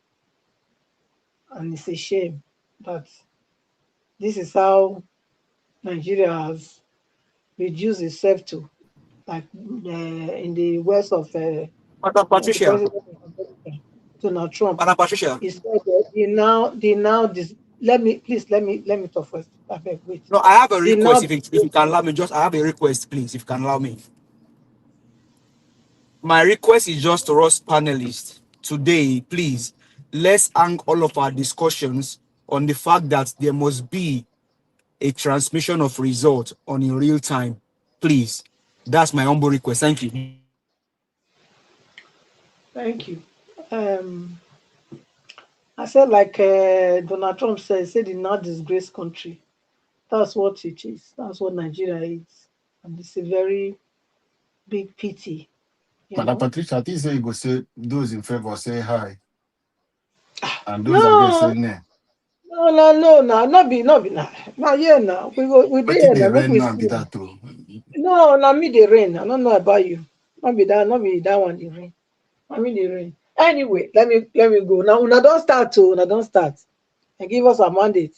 Make you stop that your why what you did for this platform. Only you want go talk. Other people not go fit say anything at the end. I beg. Anyway, make I continue. Oh, El-Rufai. Nigeria is in a big problem, honestly. Nigeria is in a big problem. I don't see it. Was it Labros or Shoma? I beg to differ from what he was saying. His own analysis of the Messian that El-Rufai did, I don't buy that. I believe that El-Rufai meant what he said. He meant every word. We have to understand that these people believe that they own the country, okay? Because otherwise, tell me what audacity somebody will have to say they tap into the NSA phone to get, you know what that is. And if we look at what has been happening in Nigeria, I think we have been asking questions. Like when they went to that place, about Papira, where that place in Niger State, to go and adopt those guests. According to what it was said, was that they got a message that they were coming, and then they deployed security agencies to that place. But 30 minutes before they came, before the adopters came, they got an instruction for them to leave. After they left, that's when they did what they did. So we are still asking to today. So who gave that instruction for them to leave? We've not been able to get any answer. Madam Patricia, what about wait now, please. Now my 10 minutes. I know say they do this. I know. What about that question where they ask? The NSA can give you answer. What about the general, army general that was quiet? Was it not early? Whether I think it was maybe around November or December, you know, that was spied. That they were fighting this. They were going to go and bust this terrorist camp, and along the line, the terrorists now apprehended them, and the general was spied. The general escaped. He first escaped. Then, after he escaped to a secure place, he was signaling their headquarters for them to bring troops to come and rescue him. Where he was, that was where they went to capture him and find him. So who did that? So all these things is not just, we cannot just say El-Rufai is talking because he's being politically hot or whatever, or is trying to. No, I don't believe that. El-Rufai need to be interrogated. He said if the government thing is only that can tap on people's phone, but we have the way we do it. That's what he said. That way that they used to do it, he must prove it to Nigerians. He must. Was El-Rufai not among the same? Why did the Senate not clear El-Rufai? Was it not because of this allegation of these terrorist bandits, people that are terrorizing Nigeria, that he also have a hand in it? So what are we talking about? No, to be honest, Lazarus Oshoma, he fought my hand today. Honestly, I believe normally he does his analytics is good, but for this one, no. I not fit take him. Even the man that were interviewed by I think who are interviewed that man is whether na New Day be whatever. So that lady that was interviewing that man, he also made you understand that El-Rufai is an excellent person in that regard. He's meticulous in all he does. So he gave him all the accolades of somebody that have excellence, and that he knows what he's doing. Whatever he is doing, he does it perfectly. So if that kind of person come out to tell you that this is what they've been doing, who are we to now start to say no, it's not? So please, Nigeria, these are the people. I mean, just imagine now, we've been fighting, we've been having this problem for how many years now? The insecurity. Somebody come out now to say, look, this is what they do. And then we are trying to like downplay it and say it's politically motivated. Excuse me. It's politically motivated. What about the Melami? If that is how you people can reason, what about the Melami? They gave a list of people that are sponsoring terrorism in Nigeria. And he sat on it. And Nigerians are buying every day. Look, for me, it doesn't matter how evil is dealt with. For me, the way I function, it doesn't matter how evil is dealt with. Even if you take another evil to deal with the evil, I will welcome it. Yes. It's not about whether Tinubu or not Tinubu now. That's not what I'm looking at. I'm looking at the atrocity that these people have committed. If really Malami brought out that list that time, do you think that this insecurity that Nigeria has been suffering now since how many years now would have persisted till now? Would America need to come in? I don't think so. Because then the thing was still at least was not as hardened. It has not gone so deep as this. So it was easier to curb. It was easier to clamp down. Now it has grown not only legs, it has grown hands and fingers and toes and everything. So how? So these people need to answer for it. They need to. So nobody should be saying that it's politically motivated. I don't believe that. Because somebody, I mean, even Shehu asked him 2-3 times. He repeated the same thing. So who am I now to say he didn't do it, that it's because of politics? But let him go and answer to Let you go answer to the law. What is that? You know what it is to be compromised? Which means every life in Nigeria will be compromised. That's what it is. For your security details to be leaked, for somebody else to be getting those information, you know what it is. So please, El-Rufai should go and tell Nigerians who is that person that helped him to tap on the NSA Rubado telephone, so that we know.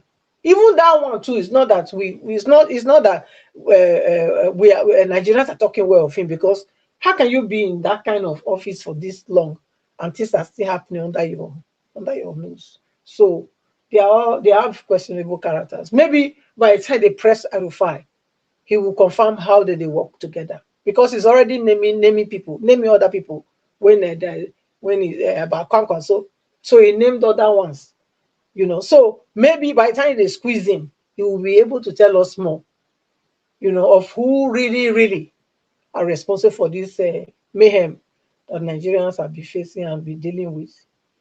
So that's that. And then the Senate. I would say that Nigerians, we must not take no for an answer. Yes, we know that they put themselves there. They only use election as a clock to do their evil. But as long as it's election that they say that we have to vote before they can be in office, that is what is going to happen. We will not give up. We will not give in. Nigerians must make sure that this electronic transmission must be upheld to. Whether they like it or not, they must do it. Because if they say it's democracy that they are practicing and not despotism,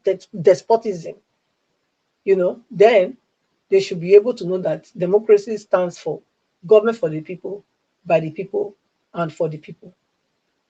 Okay? So nobody, you cannot come now and tell us that you will decide the rule of the game.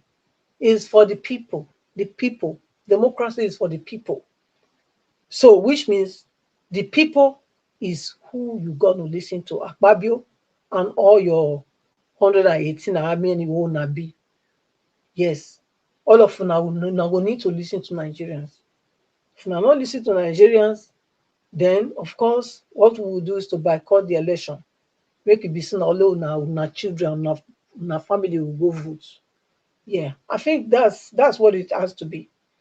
And I'm saying this also to all the those that are interested in becoming whether president or vice president or whatever position you want to become, and you are not there yet.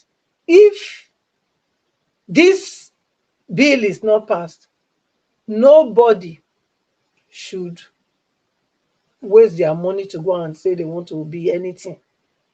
Let every one of us boycott the election, and let us also say it out, so that international body will also know that for this and this and this reason, we are not participating as Nigerians. Okay, so that is what I will say for now. As time goes on, maybe I can add one or two again. Thank you so much. Who is moderating? I believe it's Mr. Alabo. Thank you, Madam Patricia. Thank you so All right. much. Okay. Thank you, Thank you, Madam Patricia. Thank you, Mr. Alabo. Okay.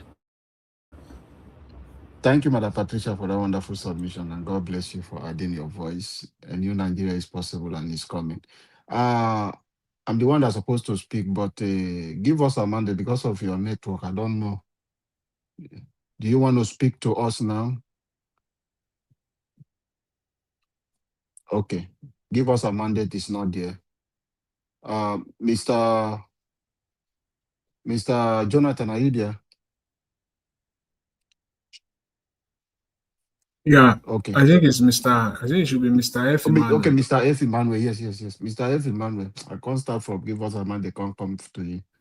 Because of give us a mandate in network, and they are in there. And they always try to consider, before you know, now it will come out. Mr. F. Emmanuel, speak to us, sir. Good evening, sir.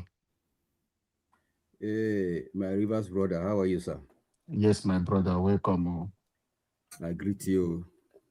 Thank you, bro. Yeah, Mr. Elvis, I greet you for your work. Keep up the good work, and God will continue to strengthen you. Thank you, sir. Thank you, sir. Yeah. Yes, sir. God bless you. Madam Patricia, thank you for your wonderful submission, as always. Then, my big brother, Jonathan Kisley, I hear you, sir. All right, the Mommy Diaspora. Mommy, thank you for all you're doing, keeping us warm, giving us all the updates through your son, Elvis. We pray that the Almighty God will shower you and preserve you. Your labor of love to Nigeria will never be in vain. Amen. All right, as we can see, we have seen all sorts. Elvis has played all sorts of videos here. On our own private time, we also watch some other videos also. The whole thing is so glaring that these people are bent to find a loophole in which they will perpetrate their evil or their rigging, so to say. But unfortunately, I thank God for the people of Nigeria coming out to oppose it and also speak truth to power, protesting, making sure that these clauses that has to do with the Electoral Act is passed accordingly, for transparency. Just like Mike Igini said, and I quote, say, any institution that fails to embrace innovation will face chaos and decay. That is a strong word. And this is the chaos we already see in the House, in Senate, fighting. When some are saying, when the high is higher, the nay is lower, they are giving it to the nay. Can't you see? So confusion everywhere. The intent alone is so glaring, is so clear that these people are really, really working hard to make sure that they find a loophole to criminally do what they want to do. As for that, I also want to thank our El Buba. He was with us here last week in Texas. At least he visited us in our church and, we had some program. So I was surprised to see him, there too protesting. That's the spirit we're talking about. Somebody who has, who that Nigerianness is in him, that want to make sure that everything that has to do with this fight comes to fruition, not just prayer. Say we have prayed. It's time for action. That is it. That's the spirit we're talking about. To make sure that this thing we're asking for, we're not asking for too much. Just transparency. It's as simple as that. If you don't have ulterior motive, you will listen to what the people are asking for. It's as simple as that. But because you already make up your mind that if you don't circumvent the process, just like Peter Obi used to say, the process in which you follow or you get to power, if it is not honorable or excellent or whatever, you can't come through the window and want to clean the house. It doesn't work that way. It doesn't work that way. So let us keep doing what we are doing. Some of us that are from here, let's keep encouraging those that are on ground back home, and let's not be so pessimistic on this whole process. Let's still have hope, because hope is for the living, but when we begin to say, oh, this, that, oh, it's already, it's like we're giving up already. It shouldn't be that way. Other small African countries like that are even lesser than us are fighting through to achieve a change in their country. Is it us that will just fold our hand? So the little that people are doing through this Peter Aka, I think that group should be encouraged. I can see Amechi is coming out. Obi is also coming out. Sewore has been there. So these are people that have always been there, you know. So if you look at our what's it called, our number per se as a country, these ones are so few that are coming out, are so few. You now look as if it's just only the opposition. No, this thing we are fighting for is beyond just opposition. It's for the country in entirety. You know, it's for the country. So that tomorrow, you never can tell. You might be among those who are even protesting. Tomorrow, you might have opportunity to vie for a position because you have fought for this law. It can be for your own advantage. If it is free and fair, it can be to your own advantage, because not everybody that must always know one big powers that be that will always push you forward. No, let everything be on a level playground. If the law is yes, let it be across board. If the law is no, let it be across board, so that tomorrow you and I can freely say, okay, I want to fight for this contest for this position, and with the law that is free and fair, we speak. But when we keep quiet, like Evie used to say, the evil that you see today and you close your eyes might stand against you tomorrow. And that's the truth. That's the truth. So please, for us that are here, let's keep speaking the truth to power. Let's keep encouraging those that are, you know, on ground to keep pushing. Let's keep pushing. Let's not give up. You know, and my prayer is the Almighty God will see our heart, will see those that are on ground, their heart. You see the crying Nigerians, the dying Nigerians, and at least hear our voice through our action, not just through prayer only, through our action, and the result will be there. Therefore, El-Rufai, finally, before I stop, El-Rufai, there are people say it takes a criminal to point out who is a criminal. They put it that way. It takes someone who knows how to do criminal things, who knows how to do who has been there to point out who is who. So if his mind, can you imagine tapping into somebody's phone? What does that tell you? This is something they've been doing decades, years. That's how they've been sustaining their position in government. Anybody that crosses there, they know way to deal with him. So for now, it's his turn. And look at it now.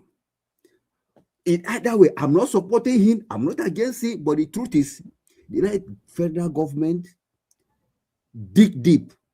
Both him, NSA are culpable right now to speak. Let's forget about whether they gave him an appointment or they didn't give him an appointment. That I decide. God has helped us for him to speak some certain things that ordinarily shouldn't have spoken out. But the information, let's forget the messenger and take the message at this point. Those things that they tapped into and they brought out and it has come to the knowledge of Nigeria. That means these are the things they use to buy people. Somebody cannot be healthy and go to DSS. All of a sudden, the person starts falling sick, not knowing some secret things. So I thank God that this is being revealed somehow. Anyway, let me rest my case there. I will talk again. Thank you. What is something is sounding at the background? Which person? Oh, muted now. Please, Mr. Jonathan. No, in the day in a different spirit because in the listening to another one, gather more information. Okay, thank you, Mr. Jonathan. If you are busy, maybe we can move on. Are you free to speak to us now?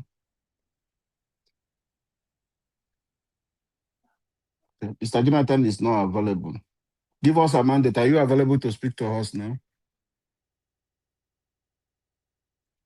My brother Oga F. Emmanuel, thank you, sir, for that wonderful submission. God bless you, my for brother. It's like all these people, they've gone to sleep. Should I continue? No, I will come. Don't worry, we will come back. Oh, did you come in, Dr. Mr. Labo? If you like say Jonathan, yes, you'll be calling. You will not say they follow the program. You are still listening from where we don't pass. Yes, no, So, I heard, no, it's not like that.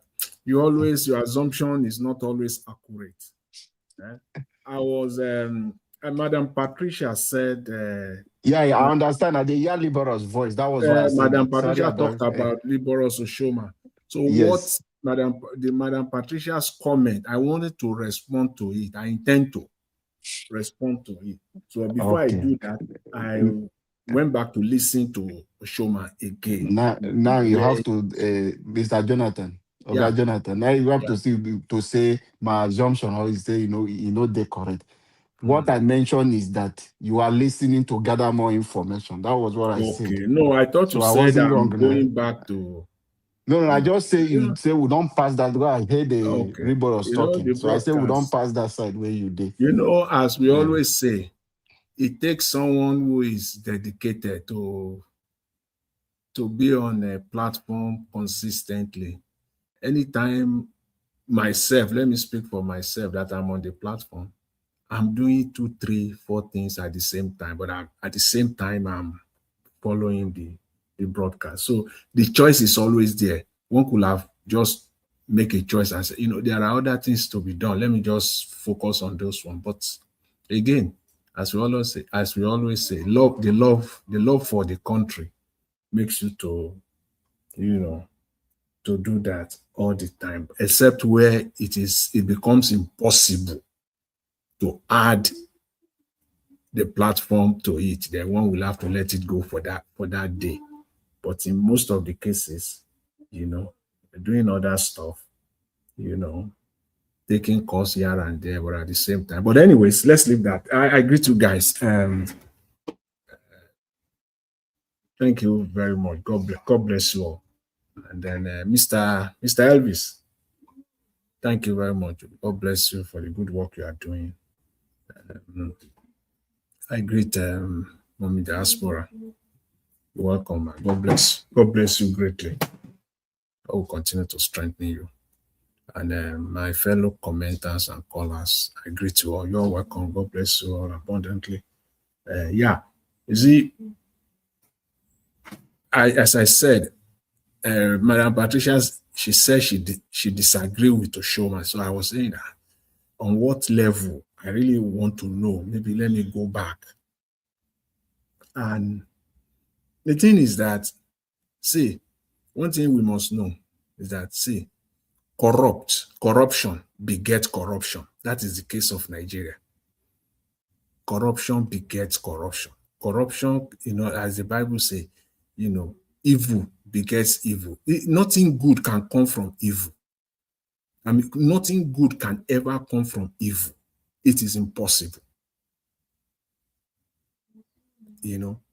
Something that is flawed, completely flawed, but you want to get something good out of it.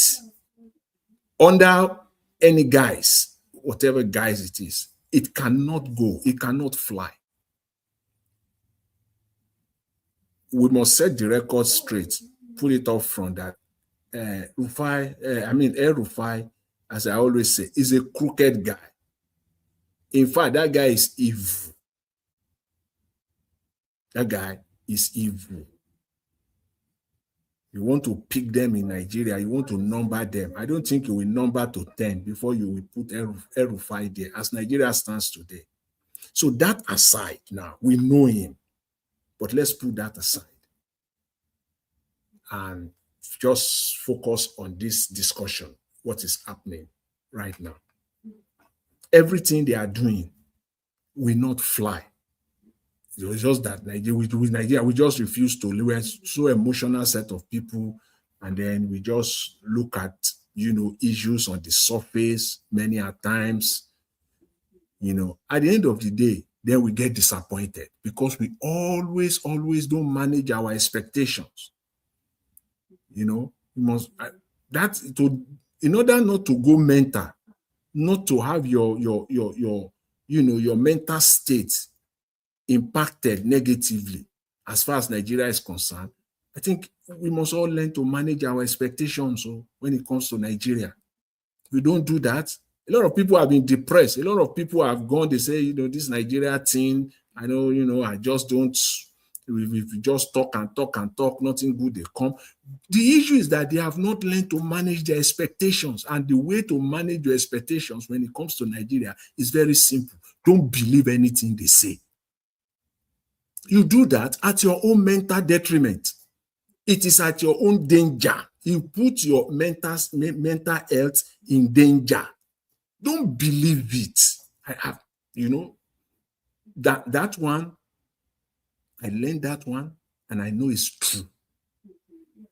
I know it is true. I practice it. That is why I see Nigeria as the event happening every day as a movie. To me, it's like a soap opera.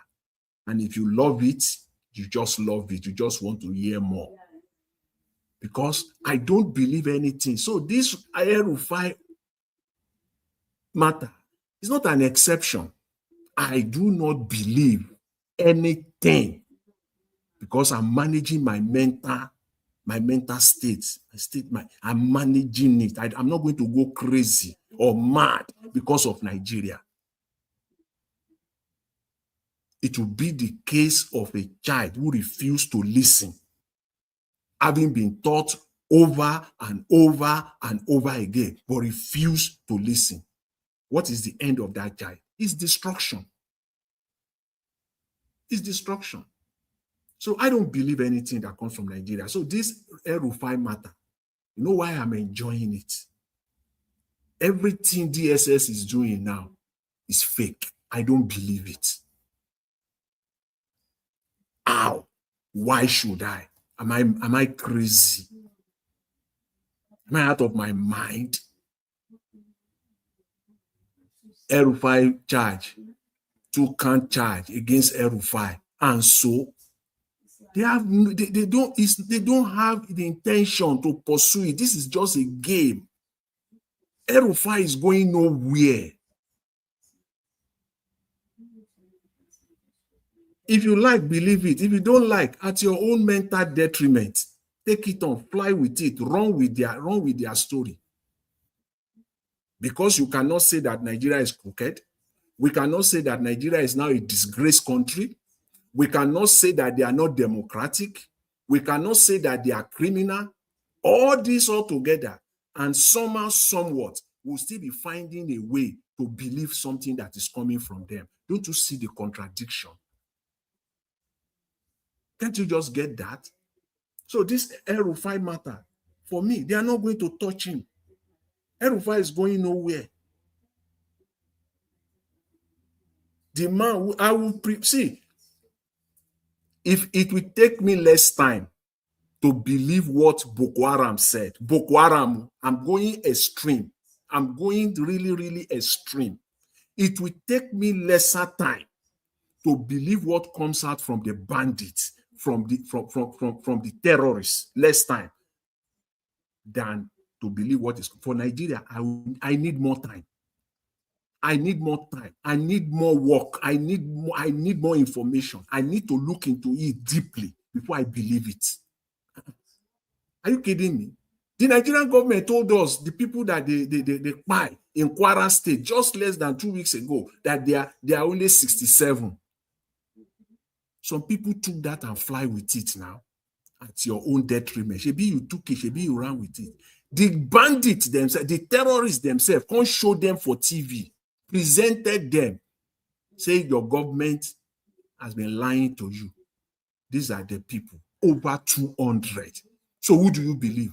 So I believe the bandits, the terrorists said they are over 200, and we saw the pictures. But the Nigerian government will put out a press statement, a press release, and they want everybody to fly with it. So I don't, that's just the way it is. So for this, what do you call it, El-Rufai matter, they can't do anything to him. This is the guy who said, I know where all the dead bodies are buried. Meaning that he still has so much. Someone like that, I'm sorry to say, there is only one option. It is the mafia style. They got to eliminate that, delete him. People like that can only be, you can only have rest or peace of mind by deleting them. If it's not deleted, you can't touch him. You cannot touch him. So that I know for sure that the guy is going nowhere. So I'm not going to buy in their war. Let them continue to fight. Let Ribadu and El-Rufai continue to fight. Let Ribadu be taking advantage, leveraging on the fact that he is now in government and leveraging on DSS. Let him do that. Let him do that. All he likes. But at the end of the day, El-Rufai is going nowhere on this one. Everything he said, they are doing it together. It's what they do. All of them do these things together. They know it. El-Rufai knows it. So for me on this matter, I take El-Rufai. It takes me less time to believe El-Rufai than to believe what is coming out from the DSS, from Ribadu's office, from Ononuga. I need more time. I just need very short, less than some few minutes for me to believe everything El-Rufai is saying and connect the dots. What he has done, whether it's criminal or not criminal, but he's just saying it because he's a man, is a wounded man. He's a wounded man and is ready to take out anybody that is standing in front of him, obstructing him. El-Rufai is a wounded man. So me, I'm enjoying their fight. But one thing is for sure. If you think El-Rufai, they are going to jail him, he's going to face prosecution, you are punishing yourself. Manage your expectation. El-Rufai is going nowhere. I'll leave that there. On the issue of the electronic transmission of result, I'm glad that Mr. Elvis, you showed Igini today, the full interview. You see, I said it before, some few days ago, back. In fact, I gave Igini credit because I recall everything we're saying now. Igini said it in 2023. He said it in 2023. Everything he said in that interview, he said it in 2023. He took his time, used his own money, his own resources, going all over the mainstream media, even come to Niger Watch at some point in time, explaining that explaining the purpose and the reason for the IREF. And he wasn't just talking, he was talking from practical background, that when he was the residence electoral commissioner in Cross River State, this particular technology was used and it worked. And he was among the team that put it together for the national level, bring it to the national level. So he's talking from practical knowledge, practical experience. Since 2023, he's been saying it, that the purpose of the IREF, if you are not going to use it, then why did you spend money to set it up in the first place? Why? Why did you spend money to store, all the technology, whatever? And Nigeria, they must have inflated, double, quadruple that amount to set it up in the first place anyways. And then you want to jettison it. You just want to put it aside. It is just like, let's just satisfy these people that are crying. Let's put it there. But you don't intend to use it. You don't have the intention of using the IREF. Because if you use it, it will be impossible to rig, or it will be very, very difficult. People will still rig. You can't rule that out completely. But it will be very, very difficult. I say it again. It will be very, very difficult to rig to a point to change election results in your favor if the IRF is used for the purpose that it's meant for, the original purpose of it. Because once elections are being concluded and results are being uploaded into that IRF, it is no longer a secret. How many of it you want to change over time? How many? How many do you want to tamper with? It will be so crooked that, it will just be, it can't work. How many of it? Because once you upload it, it's done, it's done. The only option left for them is not to upload. Don't upload it. And they found a reason, that criminal proviso that they put there. I've said it, if that one stands, just forget it. You use one hand to give Nigerians. You say you are giving them free and fair election. You take the other hand and remove and take it, and use the other hand to take it away from them by putting a proviso there. And I said it, and I will repeat it again. That clause was not written by politicians because they are not as smart. They can't even write like that. I can bet my life on that. Almost all of, even Akpabio himself, who has legal background, cannot craft it like that. He can't craft it like that. No. A man who has not practiced law for more than 3 decades, he's been a politician. Is he wicked that will craft that one? All those ones, they will be calling themselves, I'm a lawyer. I'm a lawyer, I'm a this. They can't craft nothing. That clause was crafted by judges. They crafted it for them. It was well crafted by judges. They have created the lacuna. They have created the loophole. They even have the audacity, the temerity to state there that the manual collation will now be the primary source. Why not say the electronically transmitted result will be the primary source? They even have that. They are so bold. You know a thief that comes in with bold face and come and steal. They have that bold face. They didn't even do it by half or even say, okay, let the electronic transmission also be the primary source, because both of them cannot be the primary source. It is either or. They are so bold that they even put it there, that it will be the primary source. And we know Nigerian judges. If Nigerians want to go and buy, all of you 200 million can go and buy. They don't care. They will do the biddings of these politicians come 2027. They will do it. Make no mistake about that. So I love the fact that I saw the likes of Madam Isekwesili today, Pastor Buba, all of them out there. That's just what we need to make it clear. And let me just end with this, and just if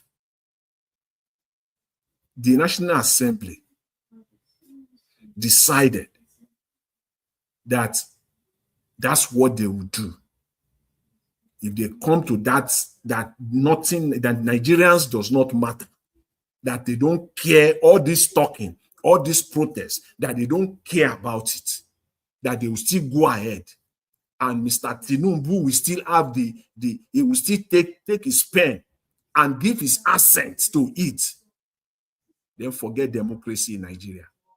Just flip it. Just forget it. So they should know this up front. Just forget it.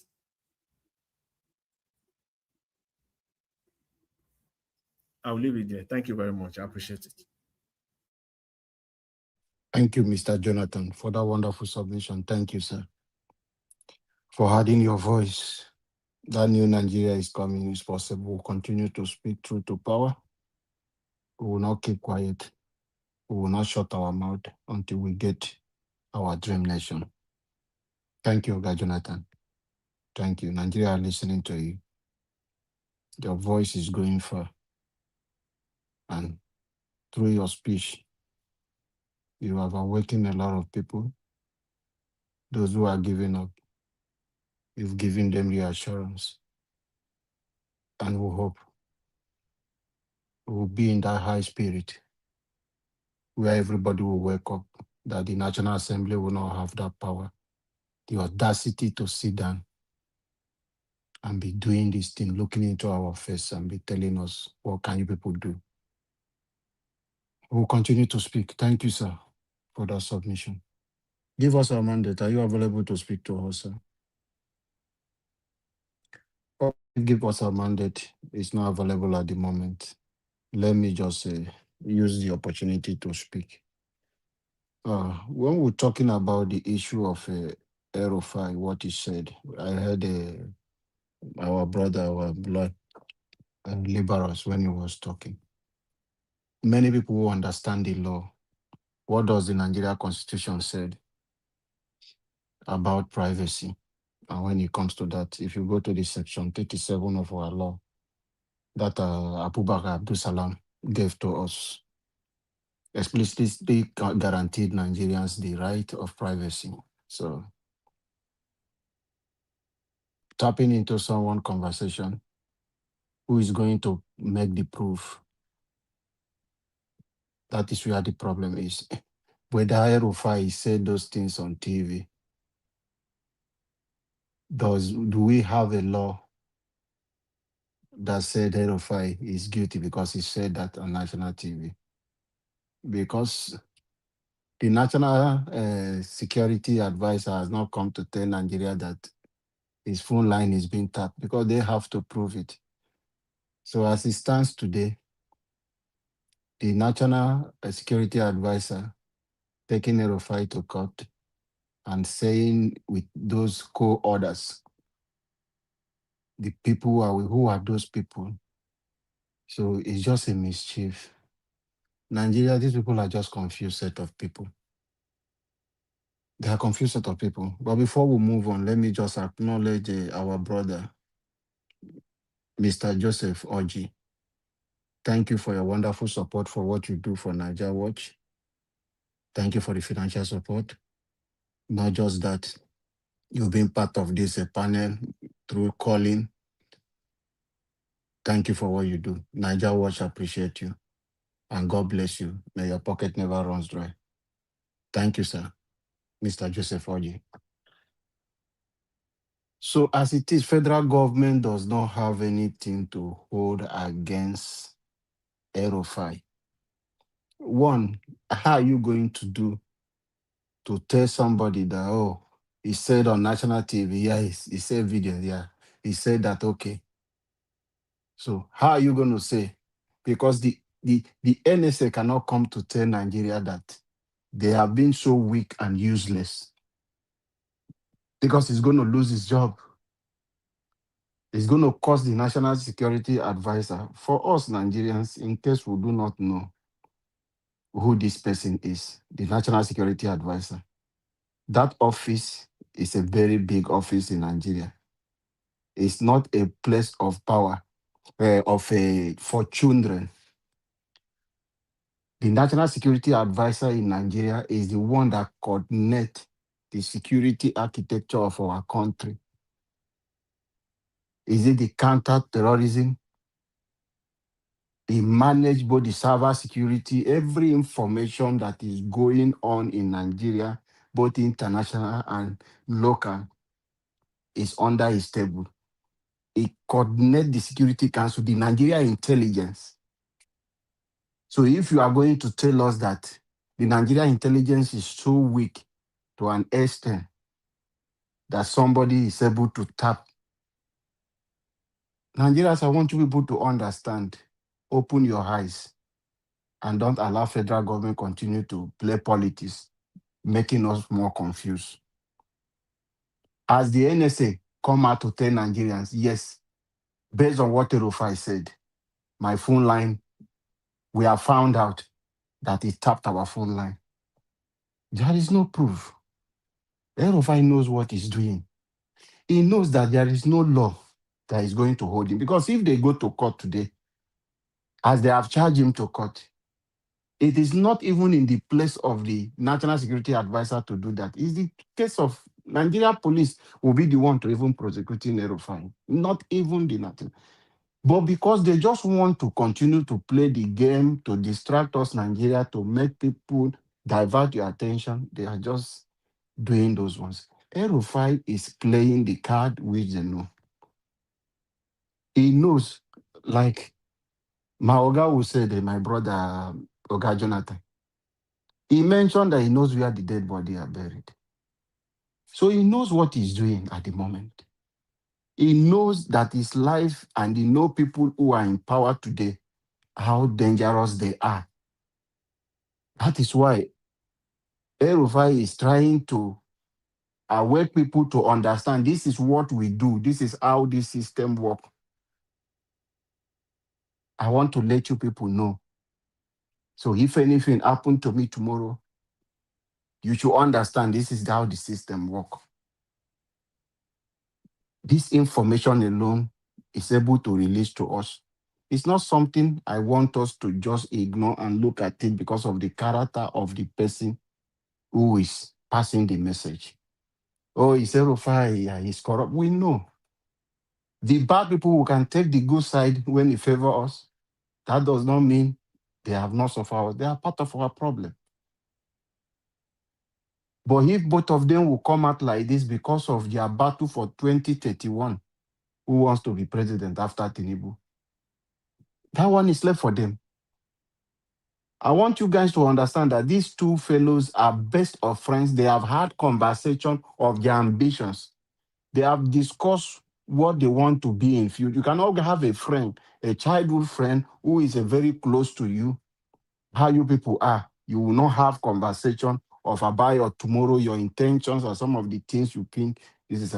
So they know what both of them are fighting for. Who are the people suffering? It's Nigeria. The process of taking out El-Rufai is affecting other people. If what El-Rufai alleged of importing those kind of bad weapons into Nigeria just because of people you don't like, if that is true as he alleged, and Nigeria asking this question, nobody is talking about the letter. Nobody is talking about the allegation. Today, the attention of Nigeria, they have taken us to what? El-Rufai said he tapped the phone line. The wiretapping is what is going on today. The allegation of El-Rufai of those substances that they have brought into the country, those are things Nigeria should be asking the National Security Advisor. Is this thing true? Let us know before this issue will die and just go. It's very important. Now we are being distracted. We are not going to be talking about that. It's all about whether he's guilty or not. That is what is going on. On the area of electronic transfer, Mike Igiri has hit it all, which is something he has told us.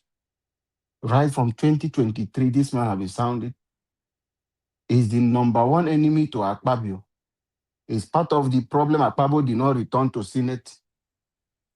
If you remember, before Buhari compensated him with what?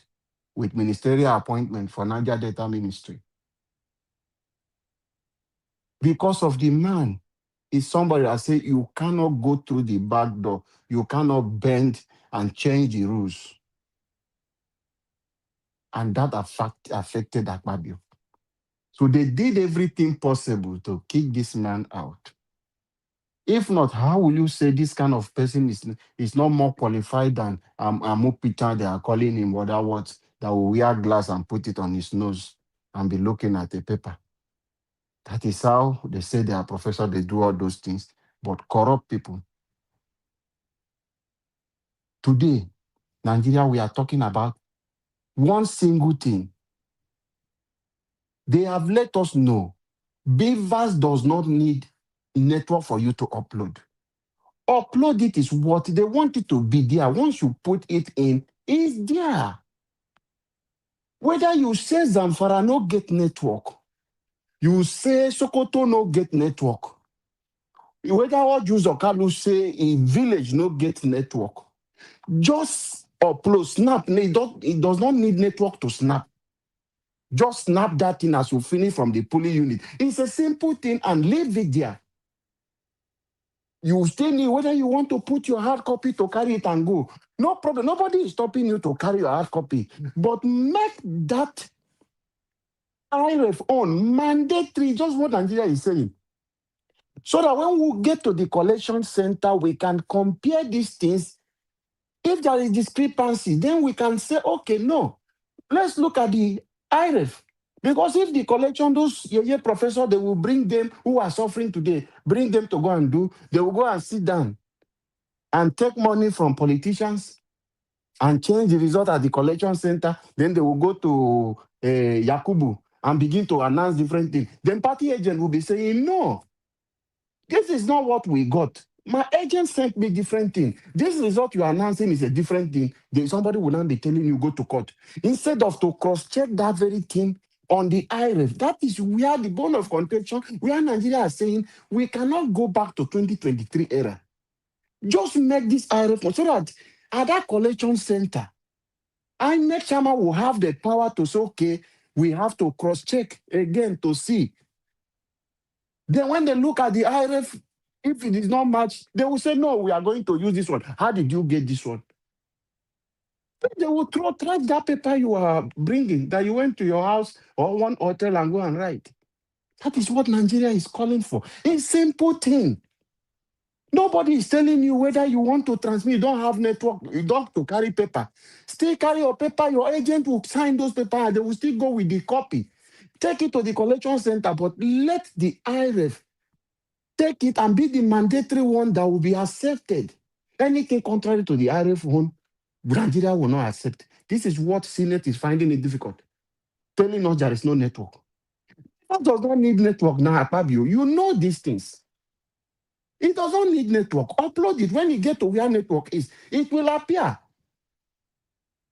Jonathan, Mr. Jonathan, if I send you message on WhatsApp, I don't have network. If I send you that message, whether now 1 p.m. in the afternoon, I send you the message. That message will come to you. Yes, whether now. it comes to you by 7 o'clock in the night, it will still show you that this is the time I send. It's 1 p.m. Yes, now.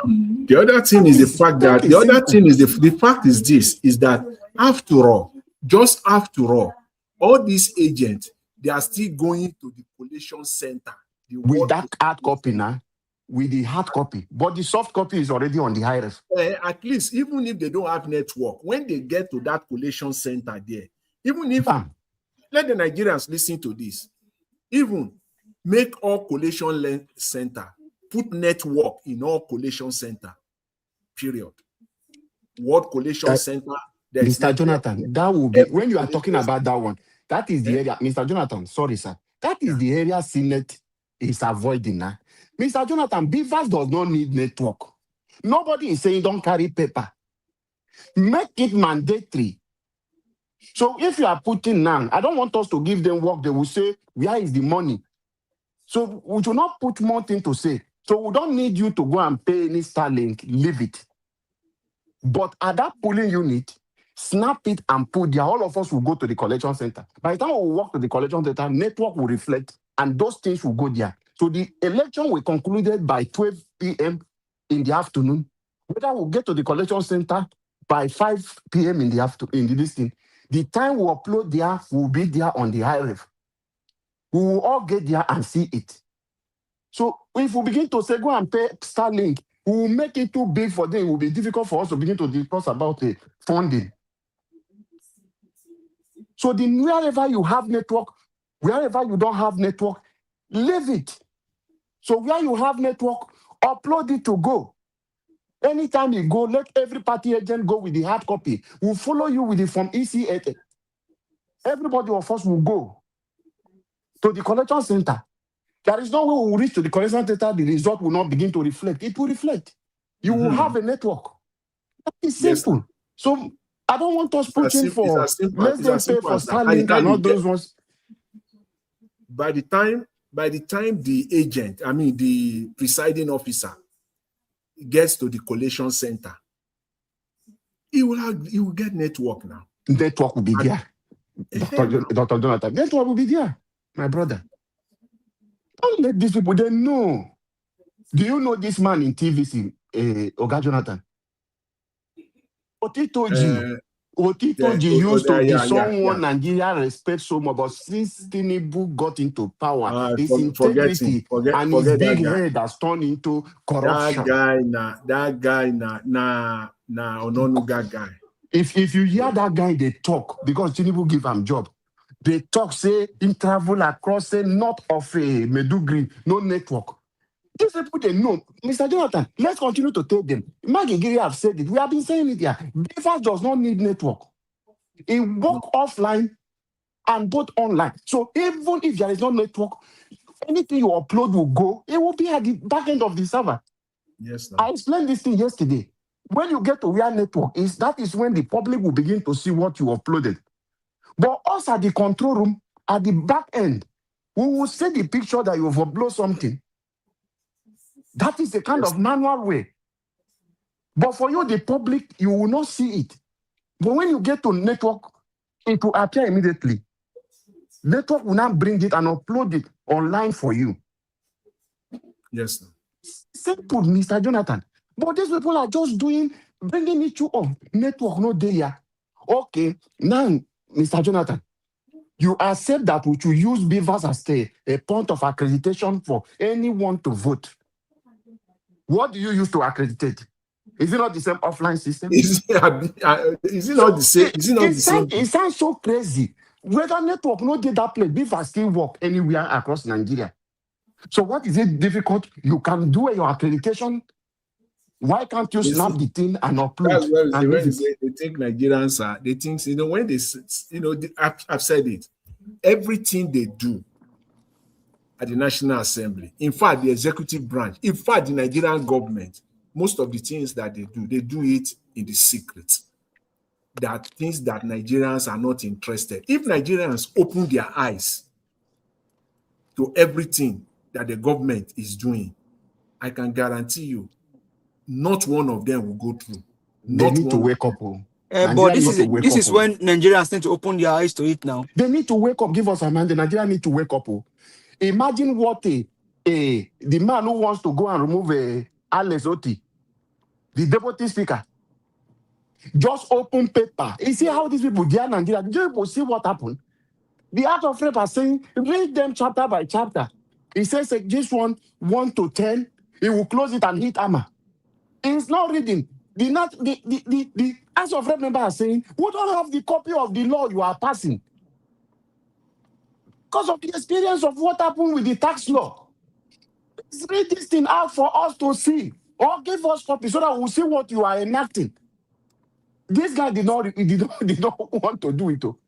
He just reading 10 to this, 1 to 10 to 20, 20 to 30, he will knock. He's not reading. That was where you see the opera. The whole assembly is bust. The battle had just begun now. The battle had just begun. So they are Nigerians. He said these people, they don't even have regard for people. If you say what they is passing, it's different thing from what those people wrote. And at the end, when you will see this law, everything will change. You will see different law. From what Nigeria spend resources, give us a mandate. Do you know what is this? How much they spent for the town hall meetings across the geopolitical zones? Not once, not twice. To hold this thing, electoral reform, hear from people, civil society, then everyone agree on this thing, and you come back, just few people now sat down, begin to change everything. Give us a mandate. Thank you for coming. Before you leave, please speak to us, sir. Well, thank you very much, Mr. Labo. I do appreciate the time. Mr. Elvis, thank you very much for all that you do. Thank you for heeding our call and playing Mr. Mike Igini's video. All protocols duly observed. Nigerians on the comment section, greetings to you. Thank you very much. Honestly, there is no other time to be a Nigerian than now. It is honestly, this is the time to be a Nigerian, regardless of any other part of the world where you are in and then have their passport. It is a good time to be a Nigerian. And why do I say that? Well, on the El-Rufai and then Nuri Badu and then the criminal precedent issue, I may not dwell much on that. What have they not compromised in the country? What have they not compromised? Whether El-Rufai tap into Nuri Badu's fire tap is conversation, I don't care. All I care about is how Nigeria will work. And I'm so glad, Madam Obi And Nigerians, thank you very much for coming out today. Dr. and Prophet Isa El-Buba, thank you very much. We know we know what you stand for, and then you've been on the move for over how many weeks now? You just landed in Nigeria and then you're on this movement. Thank you so very much. I really appreciate you. All other Nigerians out there today, we greet you. Thank you so very much.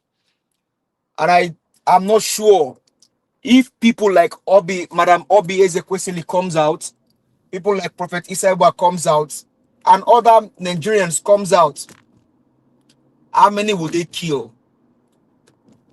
How many will they kill?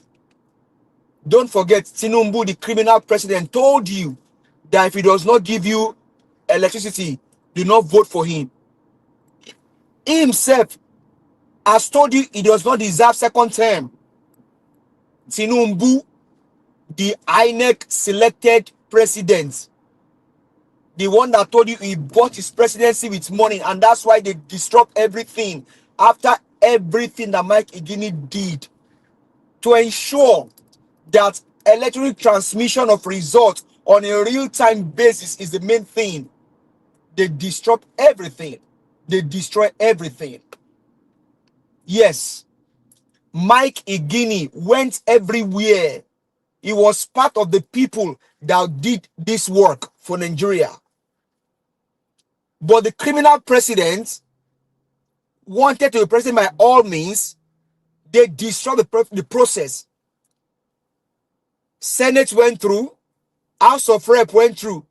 Governor's own went through. I mean, you had the video. Mike Igini told you. He said, I sat in my office, and on a real-time basis, you can see results as they were coming in. I don't have to do much work. Everywhere, all over the world can see it. Now, what Mike Igini said, and that's why I kept talking about him last week, that this other time he need to come out and speak to Nigerians. Mr. Elvis, they are listening to you. In case you don't know, these guys listen to you. Today, Shewa Kimbaloye, they brought him out, and that's how he will keep going everywhere. All I would just advise Nigerians is the fact that, Madam Obi And Nigerians and these people leading this whole issue, you can even invite Mike Igini to come and speak to Nigeria on a protest ground. Tell Nigerians the real thing. Because you can just suppose that what happened in Georgia. When Donald Trump said he won the election in Georgia, I will not stop talking about Georgia. There are human beings in Georgia, they are not robots. So Nigerians, when it suits you, don't tell me you cannot compare Nigeria to USA. They are human beings here. We are human beings here. We are not animals. We are not robots. The same process. Donald Trump said he won Georgia. They counted Georgia election results twice. Donald Trump lost the election. Why? Because the process was clean. There was no interference in the process. The person that sits on the election in Georgia came out and said, Donald Trump said, scout for me 100,000 votes so that I can beat Joe Biden. And the guy told him, he said, Mr. President or Mr. Contestant, I cannot do this. I cannot go and scout for 100,000 votes where there is no vote. The people has voted, let their votes count. That's Stephanie. Today, they just went to Georgia some weeks ago to go and cut away all of their election materials. Donald Trump will still lose Georgia after how many years? And that's what Mike Igini said. Once you vote, Everybody sign. There is no cheapest. Take a picture of it. Send it to the RF. And the good thing that Nigerians don't pay attention to, RF portal, that thing can work on offline and online. That means if there is no internet, that thing can work. That's a wonderful system. Do you know that they tell you that server is done in the bank? They still go ahead and post money. Once everything comes back up, you can see what they post. That is the same system, the same thing they do. What a wonderful system. But these criminals, they don't care how much Nigerians spend to do this thing. All they care about how to fraud the system. Now it's now glaring to you. Do you know how much Nigerians have, how much Nigerian government, as a matter of fact, in this criminal government, they have budgeted more money for health than they ever did in Nigeria. Do you know how much they released out of those billion that was budgeted? Maybe about 300 million. Now, Peter Obi has given more money to health than your government. Peter Gregory Obi has given more money to health. That's correct. To health sector in Nigeria than your Nigerian government. Because these guys are criminals. What is so hard in this to do? What's so difficult? Give us real-time transmission of results from polling unit to RF. INEC commissioners will sit down as it's coming from Olonshogo, they will see it. It's coming from Pansheke, they will see it. Everywhere, real time. No interference, no nothing. All you just come and do is present us your EC form, EC8 form. And we can now see, okay, what you took from Pansheke did not change in the local government collation. It didn't change in the state. It didn't change in the National Collation Center. That's it. But these guys are criminals. Now, election case is a minority, is so a major thing for them. But when it comes to the allowance, they can die there. When they don't get their wardrobe allowance, they can die. They can sit. When they don't get their vehicle allowance, they can die there. The one that matters to Nigeria, they cannot fight for it. You see, Nigerians misplace priority, and that's why these guys must not be allowed to go away with this. And that's why I am thanking Madam Obi Ezekwesili. I am thanking Dr. and Prophet Isa Ebuba. Thank you, UNISA. Thank you guys for doing this work today. Let the fire continue. We must not stop. Madam Obi asks you, will you go and sit down and let these criminals, these cool guys destroy your country? Because she knows it is not rocket science, Nigerians. The good thing about this system is the fact that offline it will work. Offline it will work. That is the beauty of it all. In some countries, they don't have the offline, they may not even have the offline protocol on there. But for us, we have the offline system. That's the beauty of it all. And these guys are twerking around because they know what they want to do. Nigerians, we must not fold our hands and sit down. Please, Nigerians, I don't know if you are more Nigerians than Madam Obi Ezekwesili. She came out. She's a grandmother. She came out today. Nigerian youths that you are asking Peter Obi to, Peter Obi did not tell us to go and protest in the. Peter Obi did not send Obi Ezekwesili. She's a Nigerian. Peter Obi did not send Isa Ebuba. He's a Nigerian. Nigerian youth, stop all of your blow on internet. Go and join them in Abuja. I am here doing my own part. F. Manuel is doing his own part. Mr. Jonathan is in Canada, he's doing his own part. Mr. Labo is not in Nigeria, he's doing his own part. Nigerian youth, stop pressing blow. Go and join them on the matter that concern your destiny. All of you going to prayer. You hear what Madam Obi, she's a pastor in Redeem. Obi Ezekwesili is a pastor in Redeem. And she told you, God, when you say God will help us, she said God has helped us. We must. She said it. You can go watch that video again. She's a pastor in Redeem. When somebody will say, God God will help us, she said, God has helped you. You come outside and do your own part. Nigerian youth, come outside. Stop pressing blom. Mr. Elvis is always in Nigeria. He will go to UK, come to Nigeria. Join Mr. Elvis. Join everybody. Nigerian youth, come outside. Quere youth, come outside. Don't let wicked destroy your destiny. Quere youth, come outside. Youth in Pashake, come outside. All of you, come outside. Come outside. Your destiny is about to be ruined. If you allow them to go with this, you have destroyed your destiny. Nigerian youth, come outside. These guys know what they are doing. And more goes to the House of Rep members. You think you are doing Nigerians favor? Watch and see. Because what will happen is the fact that APC already have people that they want to put in the opposition. In the opposition. If you are a PDP member in the House today, they are already eyeing your position. So if you allow manual, they will falsify the result, and all the House member may end up becoming APC. You can quote me anywhere. Give us a Monday. Let me just acknowledge this person. Sorry, sir, for interrupting me. Go ahead, sir. At Saddam 8485, thank you for supporting Niger Watch. God bless you for what you do. Niger Watch, I appreciate you. Your pocket will never run dry. Thank you for what you do, and God bless you. Thank you. Give us a mandate. Thank you, that super chat giver. We appreciate you, and everyone that has done their Mr. OG, we greet you.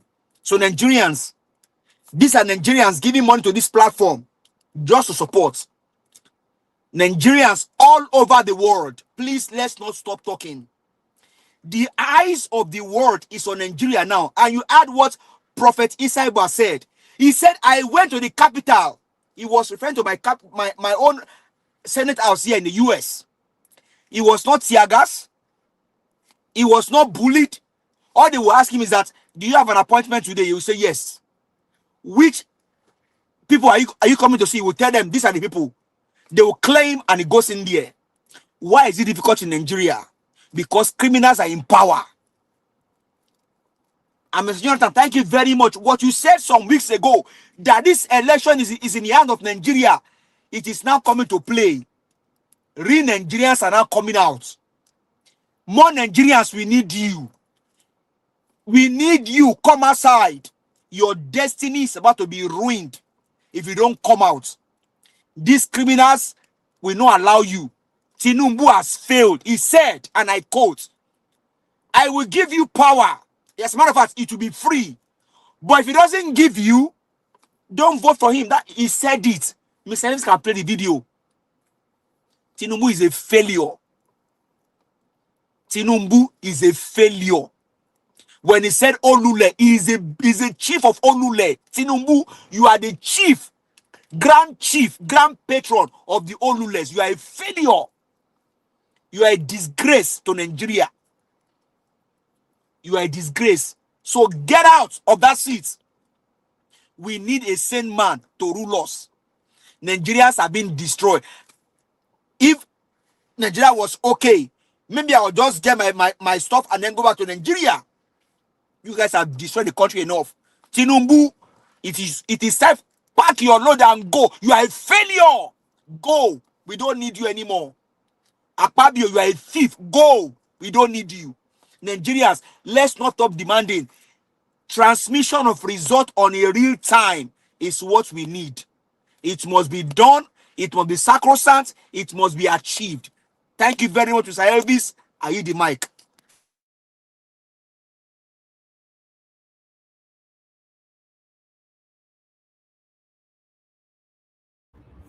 Anybody hear me? Yes. I we can hear you. Yes. Can you hear me? We can hear you. Yes, we can hear you. Okay. Okay. Okay. Thank you. Thank you. Give us a mandate. That was a very deep calling. Let me put it like that. Deep calling. And what I can see from your calling was, if you have the power, you will drag Nigerians out of their house. from their comfort zone to come do the right thing. But I would like to respond to you like this, that it's very unfortunate, my brother, that these people, not be these people with me, they see every day by day for Nigeria. They are not ready. Do you know that with the protests that have been going on in Abuja, normally, if Nigerians are ready, what is wrong if the same protest starts in Lagos?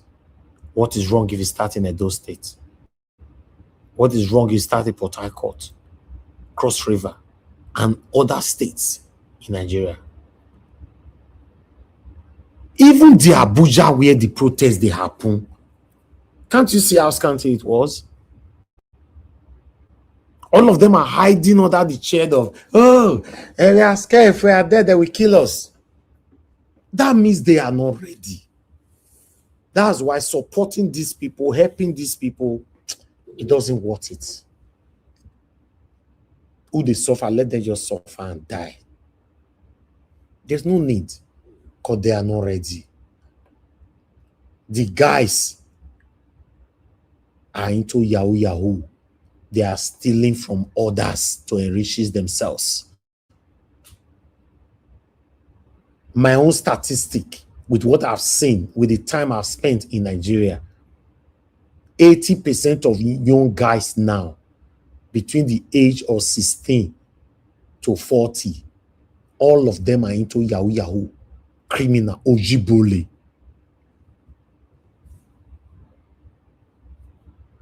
Then 99% of Nigerians in Nigeria, 99%, all of them now have a professorial degree in lies in Nigeria now. They lie and lie and lie.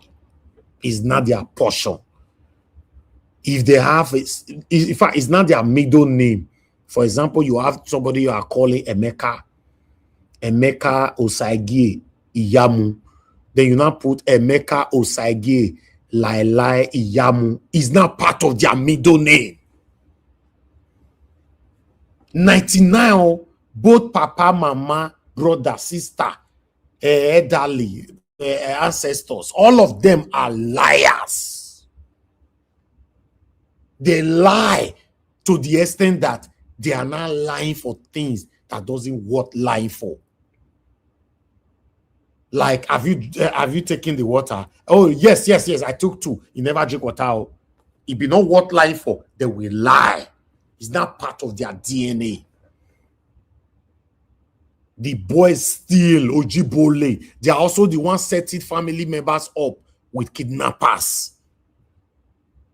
In case their satanic criminality did not pay off from their Yahooism, they will set you up with kidnappers for ransom, and they will share the money. In the process, you might die in their custody. I'm telling you what is happening in Nigeria now. If you like, doubt me. Let's come to the ladies. The ladies are spreading HIV now like harmattan. The Oloshoism have penetrated them to the extent that they have lost their brains, including married women, elderly women. All of them are now into Oloshoism in Nigeria. You still doubt me. What are you saying? How do you know? Where do you get your statistics from? Did you see the video of a Russian guy that went to Kenya and Ghana? That's how you will know how cheap African women can be. Thank God say not call Nigeria. The guy for spread the HIV, follow all of them. 200 women. Now let's tell you what did they talk. How are you? My hotel is around the corner. Follow me. Finish. They'll just follow. Hey God. I will talk about it on Saturday. I'm putting on a lot of information. I want to come to talk about that on Saturday. I'm telling you that Olosho, 80% of our guests, they sell their body. Why 35% of married women now in Nigeria between the age of 22 to 40, they sell their body. Just give the 20,000 from 20,000 naira upward, depend on the class where they get, all of them. Olosho and the B. When you are driving, they go to use Niger eye Watch. contact. They try to collect your number. Yes, sir. Niger Watch, 20,000 too big now. Some people 5,000, 2,000, urgent 2K. I'm telling you that it has gotten to a point where these people now stop you in a shopping mall. One came to me the other day. I don't like to discuss this kind of thing because it's disgusting. One came to me the other day saying, sir, I said real estate. Okay, where's your leaflet? He said, can I have your number so that I can forward some for you? You're advertising, you're a realtor. You're advertising properties. You don't have a leaflet with you that you can share. She insisted, and I gave her one of my numbers. Guess what this girl was not discussing? If I show her for you, I was surprised. 90% of girls doing the job of realtor, they are olosho, professional olosho. 90%. In fact, any job, any guest they are doing in Nigeria where they ask for number to send you more details. Olosho, now you're there. This is the reason why you see they don't want to join any protests, because they can get money from either the men through Yahooism or the women through doing split from one bed to another. It's a big problem. It's a big problem. God came out the other day that over 200,000 people have HIV in just Etiosa local government in Lagos, not in the whole Lagos.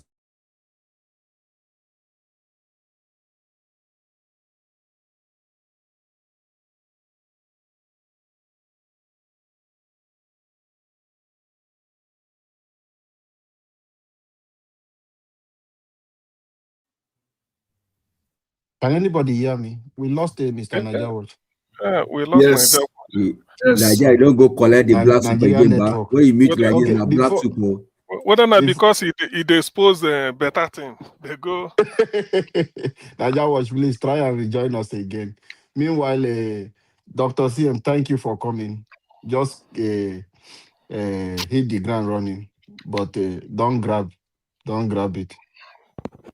Thank you very much, Alabo. Good evening, everybody. Please observe our protocols. I think I don't really need to say anything than to continue this HIV issue. Do you know one thing? HIV, when in the 80s, when the World Health Organization made it known to the world that there is something like epidemic or something like, something like that, and then they started doing something about it. Part of the duty of public health is prevention. Then if it's clinical medicine, that is treatment. They want to prevent. So how do you prevent something? Is to know the population. In public health, you don't call it people, you say population. Or you say group. So which population? In economics, you say population. In public health, you also say population, which is health economics. You say population. Which population is most vulnerable to get it? They say it's commercial sex workers. Why are we having commercial sex workers? Mainly because of poverty. Just in a nutshell, public health is just using public fund, using wealth to address the problem of poverty. That is public health. Simple definition. So what They said it's commercial sex workers because just like taxi man will carry you from Mushi in Lagos, drop you for Sulere. Another chacha passenger say, please, can you drop me for Yabai? You know where he carry you, give him money, drop you for Ikeja or just like that. So commercial sex workers are available, just pay money. And the tendency is that they are the primary source of distribution. Now, where are they mostly endemic? They say it's a third world country because of poverty, because that's why people engage in it mainly. Forget, there is everywhere, but they know what they're saying. So how then do you public health took it upon themselves? How then are they going to address this challenge? They said, first of all, let us diagnose to know who actually is at risk or who is a carrier. So that if they know, say, now you carrier, they can quarantine you, say, please stay here. And then you, whenever get them, take this precaution. The time of Professor Likoye Ransome-Kuti, I can never thank that man. I think he should be the best ever Minister for Health Nigeria has ever produced. Professor Likoye Ransome-Kuti, a pediatrician. You know what they did? Federal Ministry of Health Lagos has to establish HIV, section, because it's World Health. World Health Organization in Switzerland has to distribute the kit to diagnose first because they are still working on retroactive drug to combat it. Because when you get a drug, you have to do trials. It may take some weeks, some months, some years. You have to try the drug out before you start put it in the market for use. But before then, let us start to diagnose, to know the population. Because when you know the population that is mostly at risk or people that are carrier, you know the area, then quickly you study it and start questioning, why is it higher here? Then you will know. And they are working on the gene. So many things. The world war, that was what was running in the late 80s and early 90s. So in Nigeria, being the most populous nation in Africa, just listen, sometimes population gets advantage. They started supplying Nigeria with HIV kit. These things are meant to be free of charge. I repeat, free of charge. All they need is to put it in tertiary health institutions, and then you trickle down.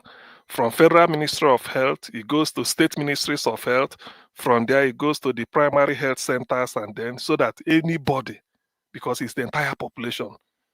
You may say, na that man where the rural area, na there he dey. But that person can enter luxury bus, come to Lagos, or enter luxury bus, go Abuja, go share it, and then go back to village. So you just have to be careful. Do you know that these things were meant to be free? Because if it's free, you have no reason not to bring yourself to do it. Or in fact, from schools, from anywhere, you can screen people. Just what we want is mass screening to know what we are battling. What percentage of your population are really at risk? Who are the carriers? What are these? And you can then project, because you have to. These things are meant to be free. But in Nigeria, people, they buy land because they are in charge of HIV screening. It became very expensive, and you have to pay. So, a typical Nigerian need go withdraw. Nature abhors vacuum. Then what will happen? Some people will go say, those things when at the top. If you take this agbo, mix them with kai, shake and well, abido, shake and well, keep them for overnight. Then they take them one shot. All those ones. So many things came into play. That was how the thing spread. So that idea that you want people to come out, that World Health Organization had in mind to bring people out for the screening so that we know what we are battling. Nigeria, because of the economic gain, from Federal Ministry of Health, distribute the kit down to the states, or people started to sell it. Some laboratories can buy, then they use it for business. And there you will see it written. Not for sale. Yes, give us a mandate. Not for sale, yes? If you allow me 1 minute, I served in Bauchi, right? Yeah. I was the CLO of my local government. Me too. I was CLO in Kano. Yeah, during my This is one of time. the first projects that I did for my community. Went to Bauchi town, got doctors to come test it for free in my local government. You are muted though, whether it's on purpose. No, I'm done. I'm done. Okay, you are done. So you see, it's because of Niger Watch saying the thing is spreading like Hamatan. So yes, maybe they've got. You see, this in public health, it's always poverty. That is what we are addressing. Whether it's obesity, obesity is poverty. Obesity is all this something so many. So even some cancer are so many. So many alcoholism. People drink alcohol not because they are rich, to be honest. Some are because of what man go do. Kai put in everything. They become alcoholic. If you give them better food, the body will be rejecting food. So the HIV issue now, like Niger Watch, who is on ground, is telling us, I won't doubt it. Because for you to bring yourself up, to go and screen yourself first. I remember telling somebody, say, look, not be say, I go there careful, make I not get HIV. No, you will first of all go and screen yourself. If you are negative, then you start being careful. You now know that, yes, I can start. Not be say you are having the virus and incubating it. Some may take, I don't know, the incubation period, I think, for some weeks or months or some year. Then when before it start to manifest, he say you have it. So you have to first of all go for diagnosis to go and check whether you are having the virus. If you are not having it, that is where you now say, okay, today, henceforth, let me start. But in Nigeria, such a surveillance program, we don't have it. You see why? And this is part of the reason. Now imagine somebody will just they go around, they share the thing. That is it. Somebody will bring it and share it to the entire family or this thing. So I'm not surprised. Our poverty, when people say there is nothing, they just put money in health, put money in education. This is what it means. Primary health care. There was a time Nigeria started the Thunder and Sonkuti. Now where are we? Everybody is taking money. A minister, not a minister, a senator in Nigeria goes home with 14 million naira, 1/4 every month. The capital budget released for Federal Ministry of Health, that is to say, over 30 teaching hospitals, 38 million. What do you say to that? Yes. Who is who? According to Wiki, say we shall know who is who. So who is deceiving who? Every month, a minister will go home with 14 million naira. A minister. Not a minister, a senator. Do you know, sir, that Peter will be giving more money to health than the government of the country? Of course, we know now. Faculty of, is it a faculty of dentistry? University of Calabar Teaching Hospital, I think this thing wasn't okay. They have to say 45 million needed. I think Peter Obi gave you that 15. So many school of nursing is giving money. So just like that, even this month, by next month, he will visit. So we know. But what I'm saying is that a minister, a senator goes home with 14 million from Abuja just to say, I have it. I say, nay. The eyes have it, they knock. At the end of the month, it goes 14 million. Why the whole teaching hospital, one per state, UBTH for Edo, UNTH for Enugu, NAUTH for Anambra, OAUTH for Ife or your state, UCH for Ibadan, UCTH for Calabar, UITH for Ilori, ABUTH for Kaduna State, and so on and so forth.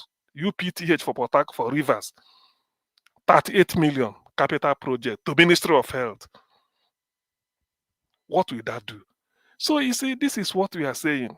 Nigerians do not really understand. That's why sometimes when some of us come here and be saying all this, those that will like to insult us or maybe say all these things, I look at them and shake my head. I say, look, if there is anything, you should be grateful that people are even telling you what you do not know and sort of alerting you to the danger that is piling up ahead. HIV. Okay, where? For this kind Tinubu economy. Tell people come and screen. This type of thing should have been free. is free. That's what World Health, anything that is what World Health Organization You know, meant say it for. they not let me talk. The Okay. consent network come is everything. Anyway, we want to continue. I don't rest for there, and I do well. So you see, that's why World Health Organization. This is what they stand for, because every country subscribes to it. It's like that is the super. Whatever you need, you tell them. But you send to, if there is any disease, you just discover this guy, you write to World Health. They have a representative in every country. They know. They don't everything that I can say. America funds World Health. American, that's one of the reasons Trump said they should cut back. America is not Father Christmas. America bring the largest share to World Health Organization. The rest, the world we share. So there are poor countries. That's why I say poor countries. World Health helps them. They can send an expert. Something like all this maternal, there's nothing as bad as anemia in pregnancy, maternal and child care. That is what the World Health looks out for. Communicable diseases, not disease of communicable like dirty water, sanitation. That is what World Health. That is their primary concern. How they eradicate all these communicable, dirty, gutter, malaria, all these things. Okay, look at HIV. These are poverty. Somebody will be a commercial sex worker, be tribal. Even in where something like in Amsterdam, in Holland, where they legalize the prostitution, I think in some other countries, those people go for taste. They say because they know it's their business and they pay tax. So the government looks after them. They know only if you don't have the shame to be visiting such a place, but they are as clean as anything. And even you come in, will also be clean. But in Nigeria, everything is done under the table. So who cares? And look at disease. That's why when you say it's spreading like Hamatan, I won't doubt you. Because the poverty, sometimes so there are some diseases that the higher the poverty rate, the more widespread the diseases. The disease will be. That is disease of poverty. Sanitation. You can young women engaged in commercial sex trade. What are they looking for? Money. No job. Why not go to factory and work? There's no factory. Go to school, you can't afford to pay. What are they? It's just like that. People are just millionaires. So it's a danger. It's a danger. I'm not surprised. It's a danger. Then even the CD that is not meant to be sold, condom, is supposed to be distributed free. Free in primary centers, health, so many health in the UK, they keep it free. But in Nigeria, everything will be, if you bring it through Federal Ministry of Health, they corner it. Find somewhere, go open small place, they sell them. You'll be surprised, you see some packet not for sale, maybe World Health Organization project on eradication of diseases, written small, not for sale, but they will go and sell it to you. So that is what corruption can do to a society. It's not just they know tar road, they know give you light. Something like these communicable diseases, disease you get through something like what is it? Sanitation, a very dirty environment, nothing. That's what you get. That's what you get. STIs everywhere. So I'm not surprised, Niger Watch, when you say it. I'm not really surprised. You see, what Ransom Kuti was trying to bring up then, they were clapping for him. Say, this man now has laid a good foundation. Where are we today? We're falling back on it. It's like Jonathan going to the north, President Jonathan, to go and build Al-Majiri school. By now, they should have sort of consolidated on it, and it continues. In a couple of years, nothing like Al-Majiri. Everybody will be in school. But what happened? All those things are gone back to where they just wasted money. So now you see, sometimes there's no way you can. Doctor, it's you just can like help. the bandage I showed the other day, the bandage. If you ask them, take a bandage to Nigeria now. If they tell you how much they budget for that one bandage, you'll be shocked. That small bandage. Ask them how much they sell it, how much the Nigerian government budget for it. You'll be shocked. You see, until I came to Europe, UK, I didn't know that HIV screening was meant to be free, at least for third world countries. I read about it. I said, what? I started going to WHO website, digging deep. It was true. Say they have to move it to third world countries. Do you know that some rich men, millionaires in Europe, they do donate their money to World Health? So use it to fund some, maybe trypanosomiasis in Kenya, maybe use it to fund something like hunger, whatever related in Ethiopia and Somalia. They do put money. But when it comes to Nigeria, everything is off for sale. Federal Ministry of Health, directors, they know, instead of them to make it free, because they receive the kit free of charge, no custom duty. Yes, it's from World Health. You don't need to pay custom duty. It's meant for the population. All they needed was use this kit. What they want is data. Give World Health so that they can use it and say, for countries in sub-Saharan Africa, maybe Ghana has a 20% percentage of their population HIV positive, and out of that maybe 7%, and the age bracket is mainly from 19 to 22. Then those 19 to 22 are mainly people in out of, there's a way you see analysis so that they will not be speaking facts, so that if they want to tackle it, they say, okay, maybe it's because they are out of school, that's why this age bracket is harboring it. Compare it with that same age bracket that are in school or engaged. That is the way the world works. That is the way the Western world, they use data. So all they want is give you the kit, give us the data that you use. But in Nigeria, they go and everything is all for sale. In those days, if you go to loot, you pay. Because you loot, Lagos Teaching Hospital, hematology, go there, you pay. When it's supposed to be free.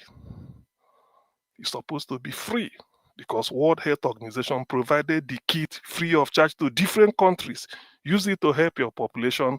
Let us get the data so that we can plan and know if they are going to move retroviral drugs, which people need it most. And then they will also advise you, not just giving them, they will also advise you, put so measure in place. And they know Nigeria now. Do you know one thing?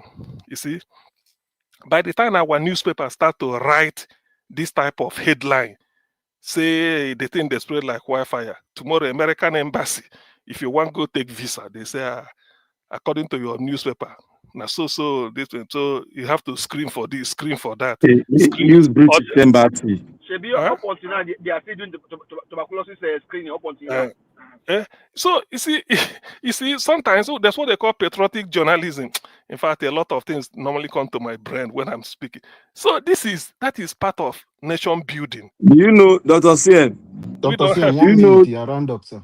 Dr. CM, you know that they produce a drug right here in America, whereby if you have it, if you're taking that drug for a certain extent, you will no longer be infectious anymore. And I think they've moved before it used to be the one that will slow down. Oyibo. Yeah, they surpassed that one now. The one that they put in your body, it will not affect other people anymore. Yeah, because Oyibo, when it started, like this Wi-Fi and Nigeria Watch was taking, so they have to slow it down. Even if you're a carrier, then there's for you to be this thing, there's a drug, the retro. So you go to slow the activity of the thing down, not to clear it yet as at that time. So they've moved. I mean, it's been since 80s, 90s, early 2000s. So now they must have, gone beyond the drug that we now. I think at the time they said they want to do it as immunization. Somebody suggested it. I don't know whether it's still there because that is immunology. Say the way you go for measles immunization when a child is born, tuberculosis immunization, polio, rubella, mumps virus, MMR. Some people should remember, every child in UK gets it. Immediately, they give you a red book. You have to be coming until it gets to, I don't know how many, I think it's a year and or something. So they want to put HIV, if there should be something, they have a vaccine for it, so that you get it, if as you are growing, so that if you are an adult and then if you are exposed to a population that is they had a high concentration of it, or you come in contact with a carrier, it then means that when it comes into you, because you're already having a virus, that will attack it, and then it will sort of, there's a way I don't have to explain it simply, but it's just like to immunize you against its attack. At the time they were proposing it, this is where Oyibo, because whatever challenge they have, they must do something. That is science. But in Nigeria, everything about us is corruption, how to eat, even the one given to Nigeria free of charge. You will discover that some of this, because you'll be wondering, all these global institutions, they are there to help third world countries.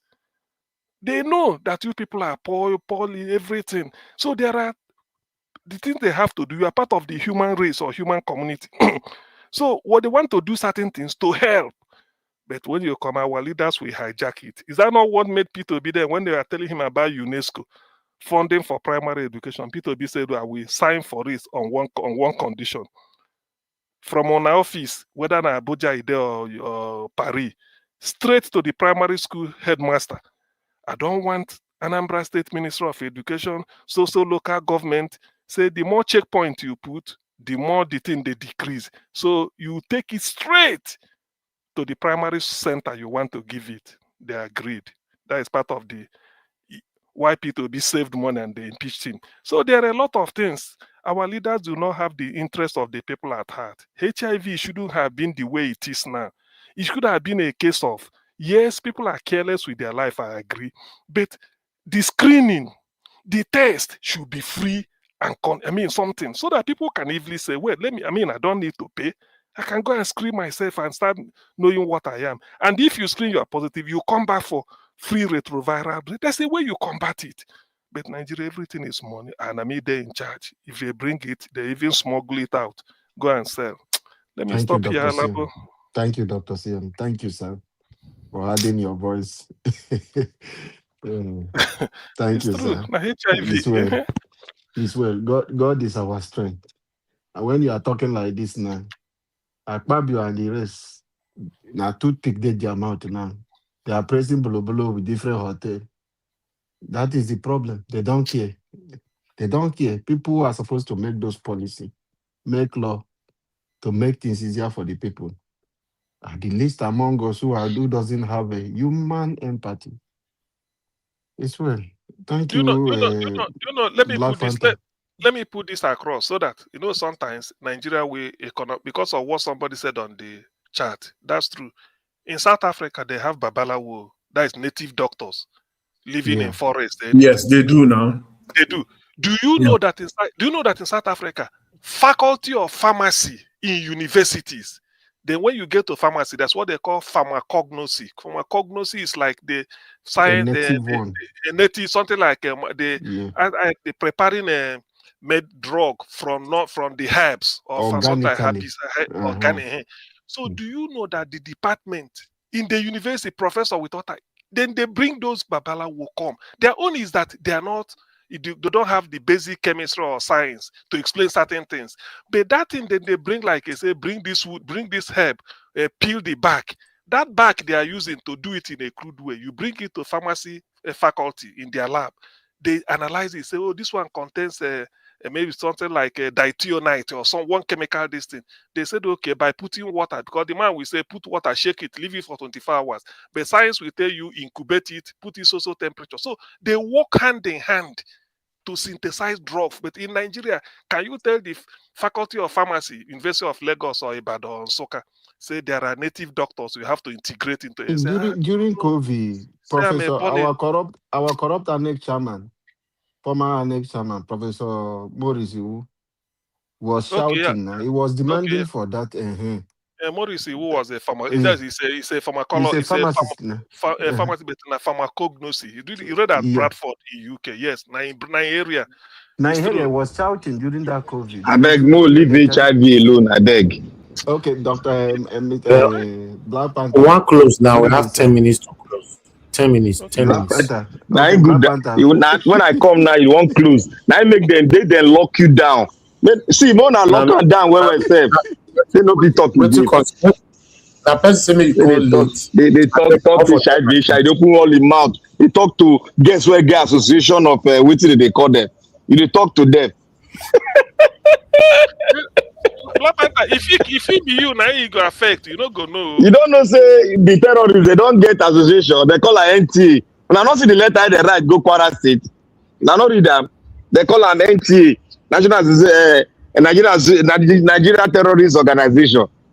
When I not read them, now they miss. So I go send the the letter can't give Nigeria Watch, make you read that here. You go laugh tire. So I want to greet everybody. Nigeria Watch, thank you very much for what you are doing. And make you speak less on all these things. These things there, we need doctors who will come and explain them. Make you the lesson. Anytime you Dr. CM they do here now. Dr. CM not be doctor. You dedicate them one day, dedicate them to them. Not be saying you can't mix them up. Black You know, they need that. They need the education. No, they call education on HIV. Serious one, not be small issue. The first Africa they take them easy. Let them do the simple one. Go for test first to start with. When I get hospital, they see me they go for test. Make you know whether you are a carrier. Do you know? Not be you say that they sell condom, yeah. They go sell everything. They also sell us join everything. Now don't watch these Nigerian politicians. They will sell all of us very soon. No, but to go for free test, Nigeria should make. There's nothing like free test for that place again, oh God. There's nothing like free test. There's nothing like free test. They sell them. They happy make the spread, make the pie. You know they know the two way for their mind. Okay.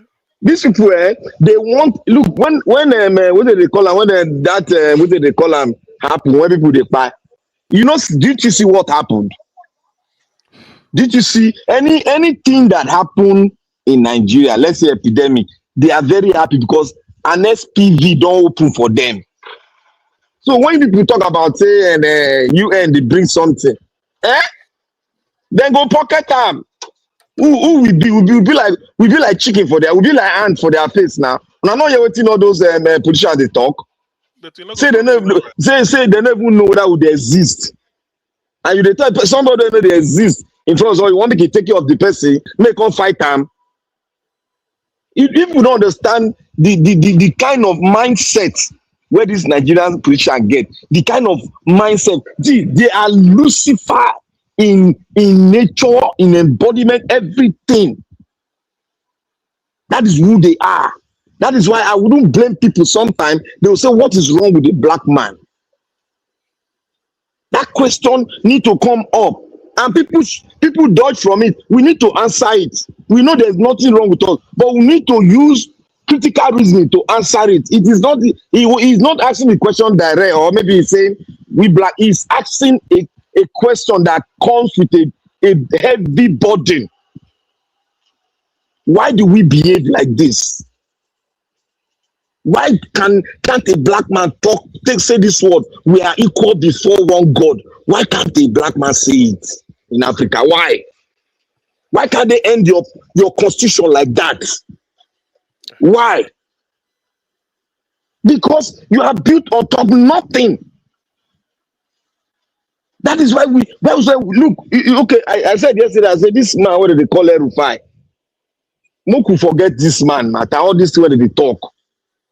We are not wasting our time. See, I'm a NSC that has the burden of security in Nigeria. If they go in as a person, he turned the thing as personal issue. He's now suing the man that committed a crime against the state. Do you know what it means by saying I bug the president's phone?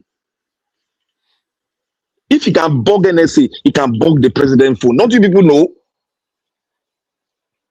That means there's no phone that is secure. There's no phone that is secured in Aso Rock. No phone. Do you know what they did to Jonathan? President Jonathan, do you know? No be all these people, no be El-Rufai, they go pay terrorists to say the country where then they. Do you know no what they phone is secured?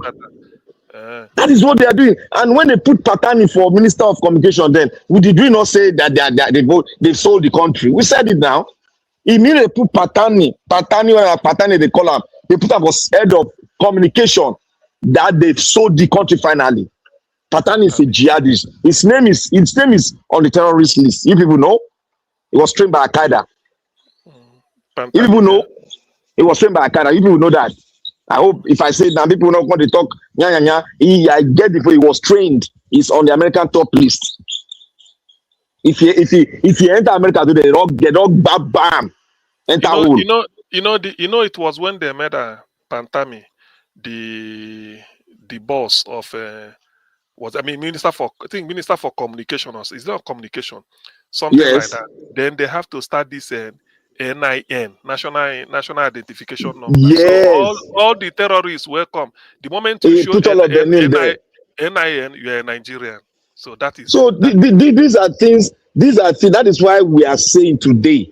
You see, that man, that brother that took the electoral law. I said it once here that if Nigeria history is written, this name will not be missing.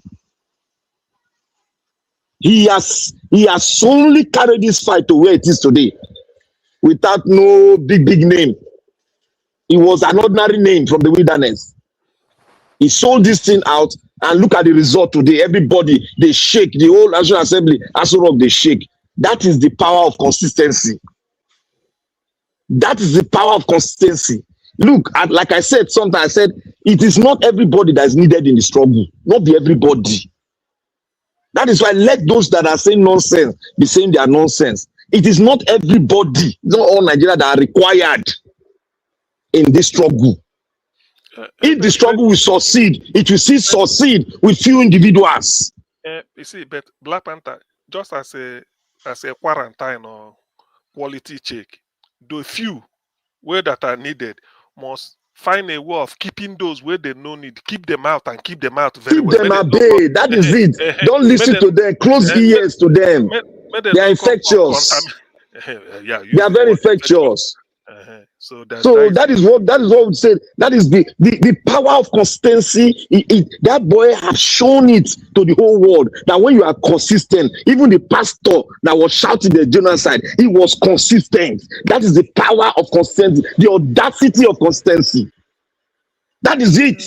People mock us that why we like this. We are talking. This, look, we are exercising the power and the audacity of being consistent and saying that Nigeria is not a country. The whole world will hear us, and they will finally agree with the idea we have been speaking. If I don't even expect many of us to understand what I'm saying, that Nigeria is not a country.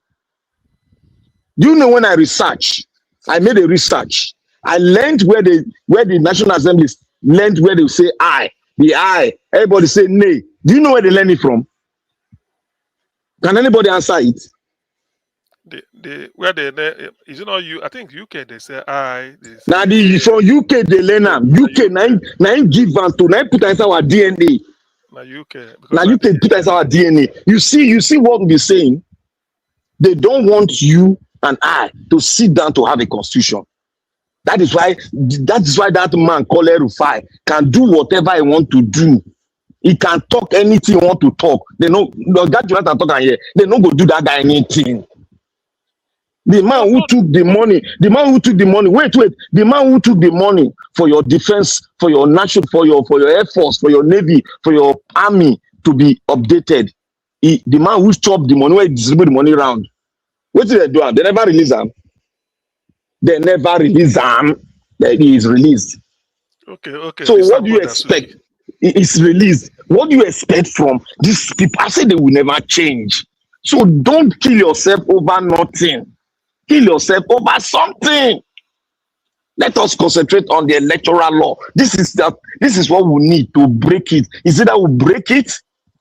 Is it that we break this thing, or we all go for it?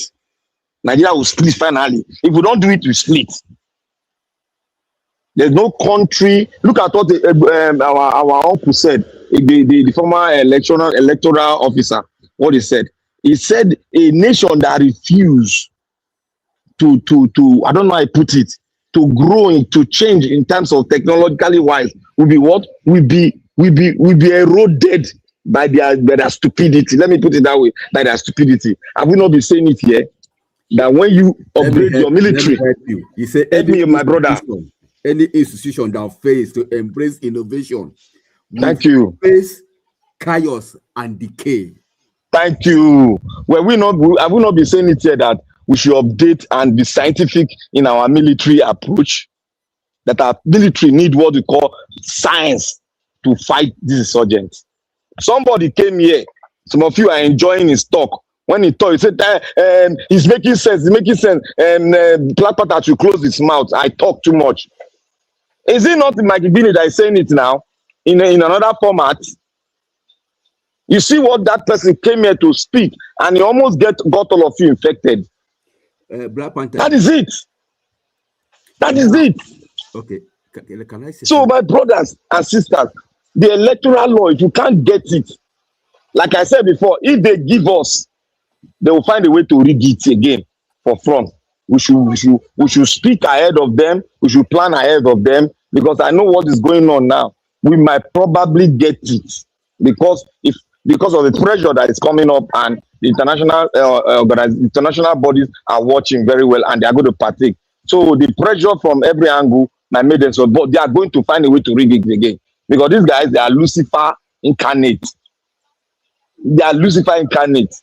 If Oka has succeeded in that coup that he did, Nigeria will never be in this state where they are now. I bet you, because I read his speech. We will never be in this place all day, where he's suspended from the federation. He has to suspend some states. He has to suspend them, let them go. We don't need everybody. So what it is now, they've taken these people that want this dirty system to stay. They like it because that is why they put in Sharia, so that Sharia now one way of oppressing humanity. They put that in. Now you people have it now. They want to bring it to the south, where they will not succeed, because America has already landed in Maiduguri. They landed in Maiduguri and Borno. So let's be ready.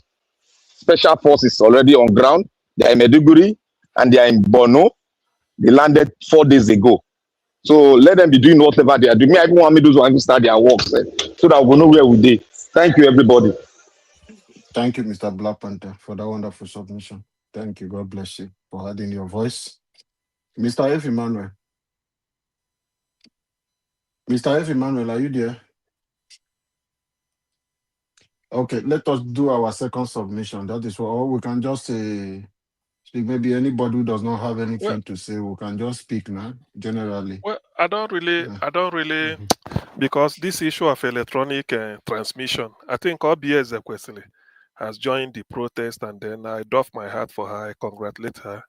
She reminds me of. But did you see what the security agency are doing? The kind of they are tear gassing. This kind of one, different gas. Not the tear gas. We saying down the experience tear gas before. Say this one they different. It's like now waiting. El-Rufai they talk this now. They contest run for them today. So I don't know. It's really a shame that people came out to do peaceful protest and you are tear gassing them. Why bandits is somewhere terrorizing people? No, the thing is, like somebody said, when this type of thing is happening, although it's depressing, because the people that you expect to come out and then show what that it is their future that is at stake, they won't come out. Everybody feels that. I mean, Obi Ezekwesili coming out, and then all the Mama P and all of them coming out. People should join them, come out in mass, and they say, look, this cannot stand. Like somebody said, not only at Abuja, all over Nigeria. Because why they left that proviso, if this one do, they do this. It's just so that they can, because they won't do anything. They tell you, say it could not be uploaded, and therefore they go and feel anything they like, say go to court. Because the moment like we are wishing or we want, they make the result on IREV as the primary source of collation. In other words, if there is a discrepancy between whatever they have in their EC from EC8A and what is uploaded on the IREV, that of IREV supersedes. So everybody will just take your bearing or take your result from IREV, no matter the part of the world you are in. If they do it that way, litigation going to court will stop, because there is nothing. That thing that you added in your living room, one after the other, as you open the IREV, that is what they are going to add in court, practically for everybody. So there's no point going.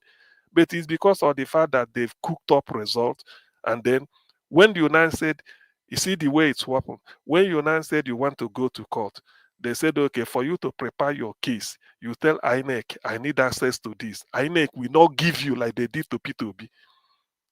They won't give you. Dr. Sien. Dr. Sien. Is it not an irony? I said it earlier. Beavers is mandatory for accreditation. Yes. And the same accreditation you are doing still go to the server, goes to the high ref. So let's just common sense. It's mandatory for you to use beavers to accredit people who wants to vote. And anything outside the beavers is not recognized. It's mandatory. Yeah. So what is wrong in uploading the same way you do the accreditation because and make it mandatory? Because this is common sense. Yes, if they do it that way, if they should do it that way, it means that they won't have opportunity of rigging it or maybe saying this is not what they want, because So they it's want to intentional, bring it's it deliberate. they want to bring in manual as much as possible. That is the issue. But They we are want not to saying, bring in manual. Dr. CM, is anybody writing up off the from ECA8? No. For out now. EC8, for EC8A is where every polling every party agent Polling unit result and party agent will result countersign. goes in. Yes, nobody is writing that one off. Yeah. But what people are saying is that from the polling unit, upload it from every polling unit, let it go to IRF, so that when you are bringing the form ECA8, we will make the comparison, look at it, if it tallies. No be so. It's a simple thing. That's all. It's I not don't know. difficult. You see, that's why they are there. If you do it electronic transmission, you will not be forced to go and campaign. See, if they make electronic transmission, and they not make that paper where you transmit Let online. us not be missing it. Let us not be missing it. Wait. We already have electronic transmission back in 2023. Wait. We are not missing anything. When we are There's no missing here. There's no missing here. You can discuss the other form. I will discuss this other form. That form that they give you, that you transmit from polling booth, what they need to do, that form should be the form of reference in any accumulation of results. It should serve as evidence in the court of law, because everybody sees it. If they don't make it, let me tell you what they will do.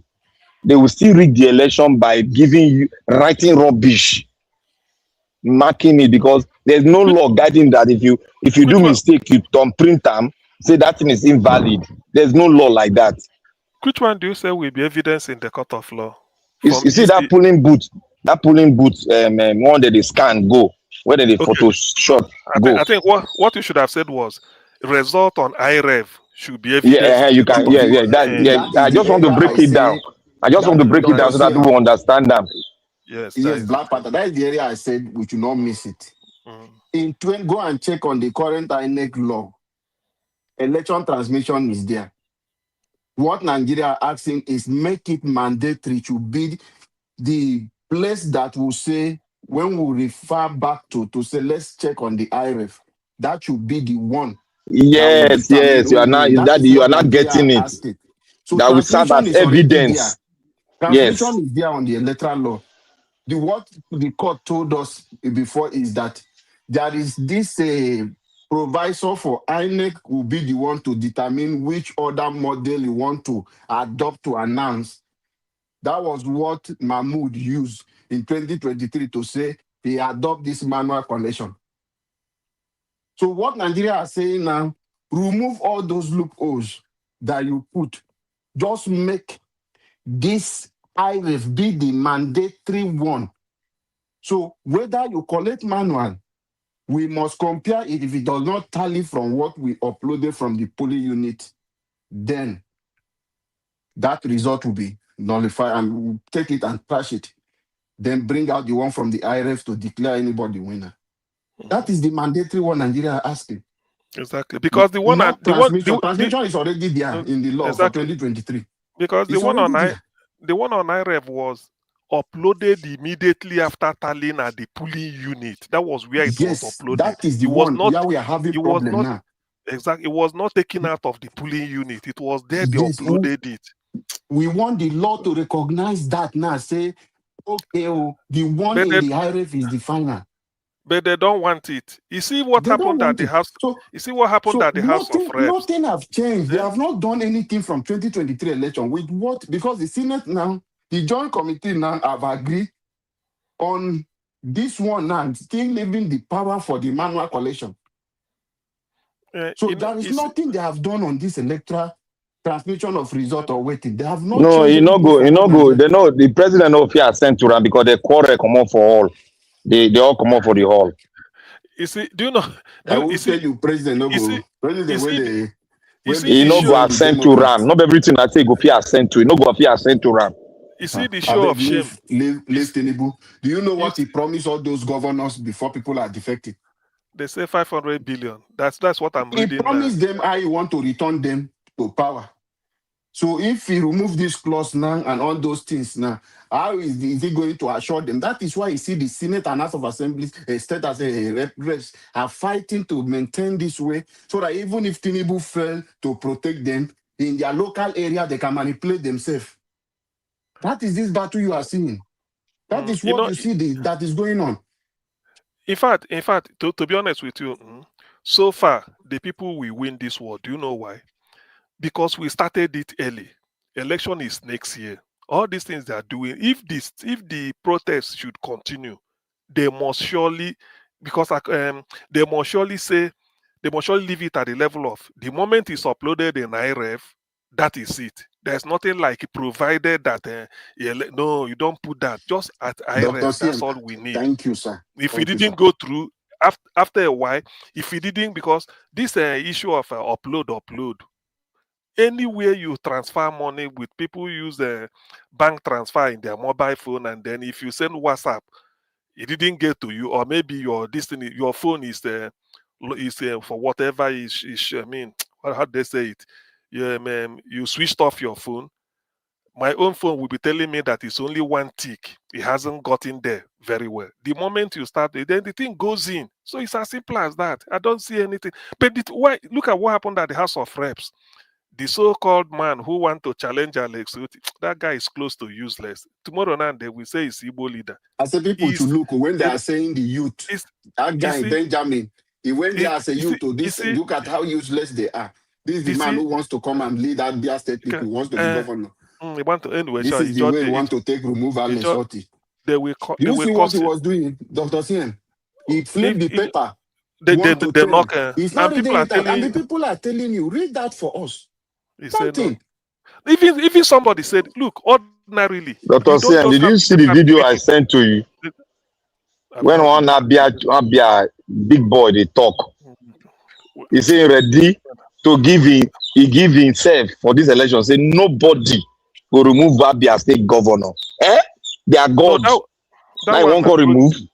No, removing Alex Otti is like removing Ndibu out of the existence. The whole southeast is behind Alex. It's not an Abia project. Now, the whole Igbo are behind that. That is why Alex you know, see, Femi Bajabiamela, they go visit her. They do everything by all means to take. So how can you be a speaker? You are reading something. Somebody said, what you are reading, we should have a copy ourselves. Everybody. So that when you are reading, we go with you. Not you just read like you are casting news. The guy not here. He just the knock and they go. They beg and say, give us a copy. We don't have a copy. But if you can't give us a copy, just read that for us to hear what you are reading. Everybody's supposed to have a copy. To have a copy of that thing. They plan themselves. What they did in the tax law is what they want to do now. Just the talk things people are doing, they want to change and bring in their home. Later they say they don't pass. Who are you passing? Anyway, the thing is that they started detailing. They started, I think, obviously what he said to them. I'm so happy with that woman.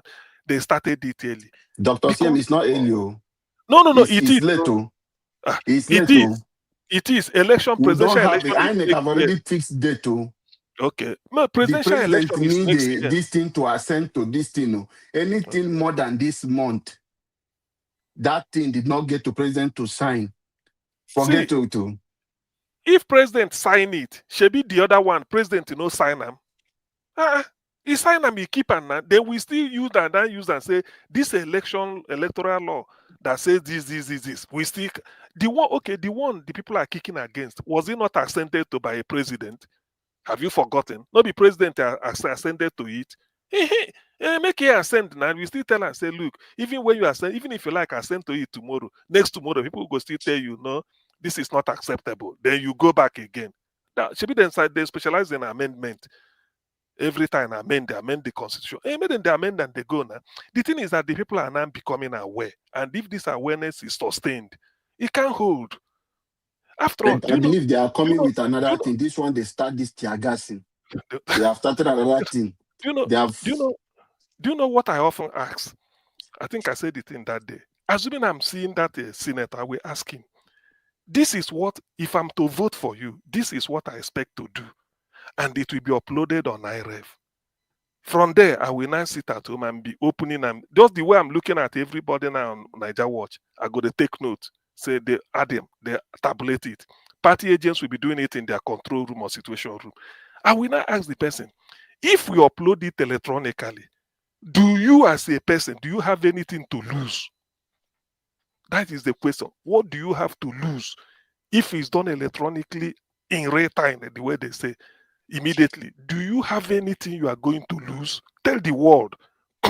They will say, actually, or maybe this or that. Because they want to go back and then they start midnight TPEX. Because when you upload it electronically, you are no longer using TPEX. Everything is tallied. There's nothing to void again. Because at the polling unit, the party agents have decided which votes are valid, which one is not valid. The moment they tally it and upload, that ends everything about it. If you want to compute any result, you open the IREF, go there and then start to take the figure you want and add it. If you add them, you not tally with my own, I go raise objection because now the same thing with the copy. So what is wrong with that? This is what they've been doing in Ghana. Our own, we must have to put a clause. Akpabio is, an old man like Akpabio is telling lies. Say 9 states. He said 9 states. 9 states, get a network. What the same useless man who could not conduct a free and fair election, I ain't go Ghana.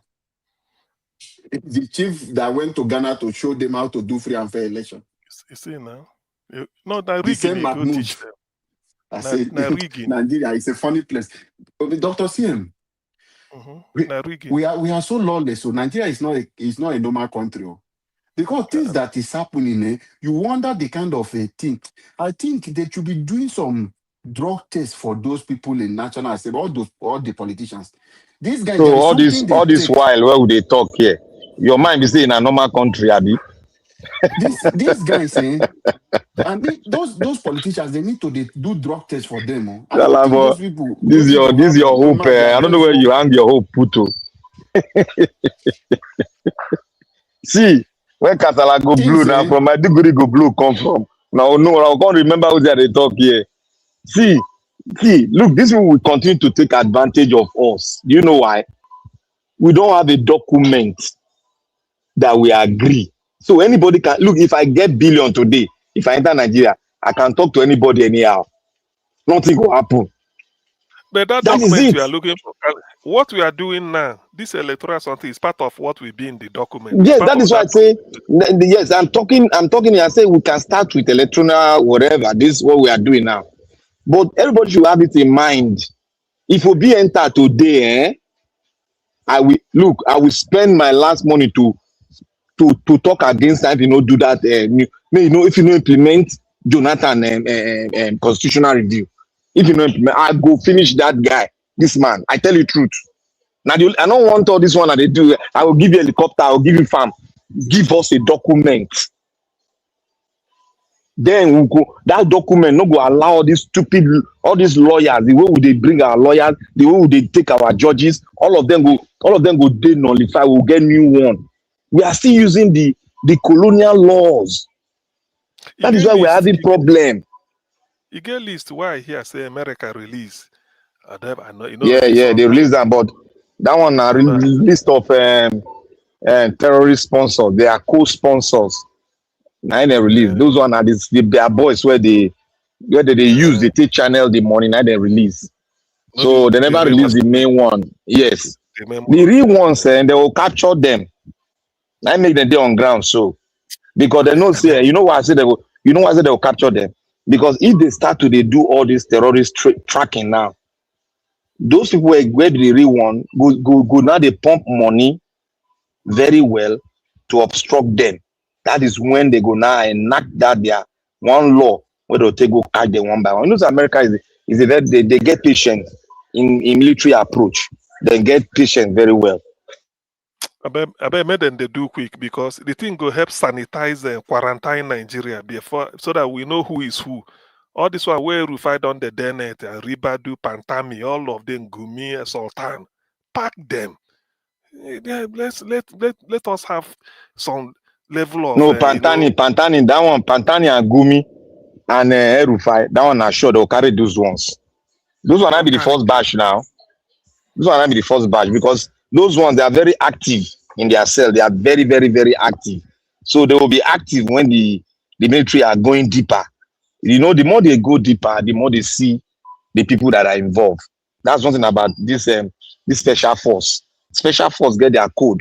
And this special force coming, as they go deeper, they're going to see the main sponsor are very well. They glaring.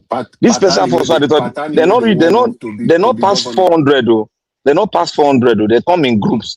The first batch don't land. Now 200. The first batch. Inside Patani, they warm up to the governor. Hope you know. Make it the warm up now. Everybody can warm up to be governor in Nigeria now. Don't be crazy, worry all of them. Let them warm up. All of them go to pick them one by one. If you like maybe governor, you don't get any immunity. You get sovereignty again. You don't get sovereignty again now. Now for which state is that Pantami the warm up? Which in state? Because Malamina in the KB state. Where is that Pantami from? Come safe. I know they hear me. Me, I don't know where that one come from. I don't want even know self. Because all this way we they talk, now under probability, me, I they look. The thing where me I they look where. Because my hope not for this election. What I'm hoping, where I know say na sure banker. I don't see their body movement. Now this intervention of American intervention. I mean, they open. That's why I say, man. All this election. No, election will take place, but in a lie they will lie.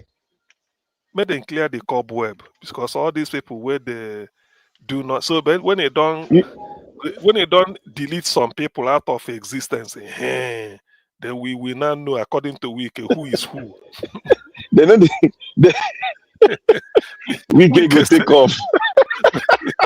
but that week SF, if not be say Tinubu they cover the man they useless. You see what he talk for Abuja? He say he have no apology. If you no support Tinubu, you no go win FCT. We get a draw card. Dr. Sim. Yes. Sorry, I did attend to baby. Okay, no problem. You were asking question. Pantami, where state him from come? Now Gombe, now him from Gombe State. Okay, Gombe. Now they State. warm up to be the next governor for Gombe State. Gombe. They don't Anyway, print the poster, everything. Okay. You see, I enjoy with you. May I tell you not true? I enjoy the guy you. Na comic relief. He carry microphone. He say he no get apology for anybody.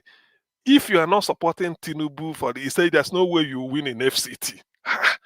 You are the boy demand. And in ADC in they talk to because the campaign of Dr. Mo, you know, the guy for AMAC chairmanship, and Peter will be the way then they, you know, sort of rouse people from slumber, and then people are so we can no care. APC do meeting, they know campaign, they know campaign.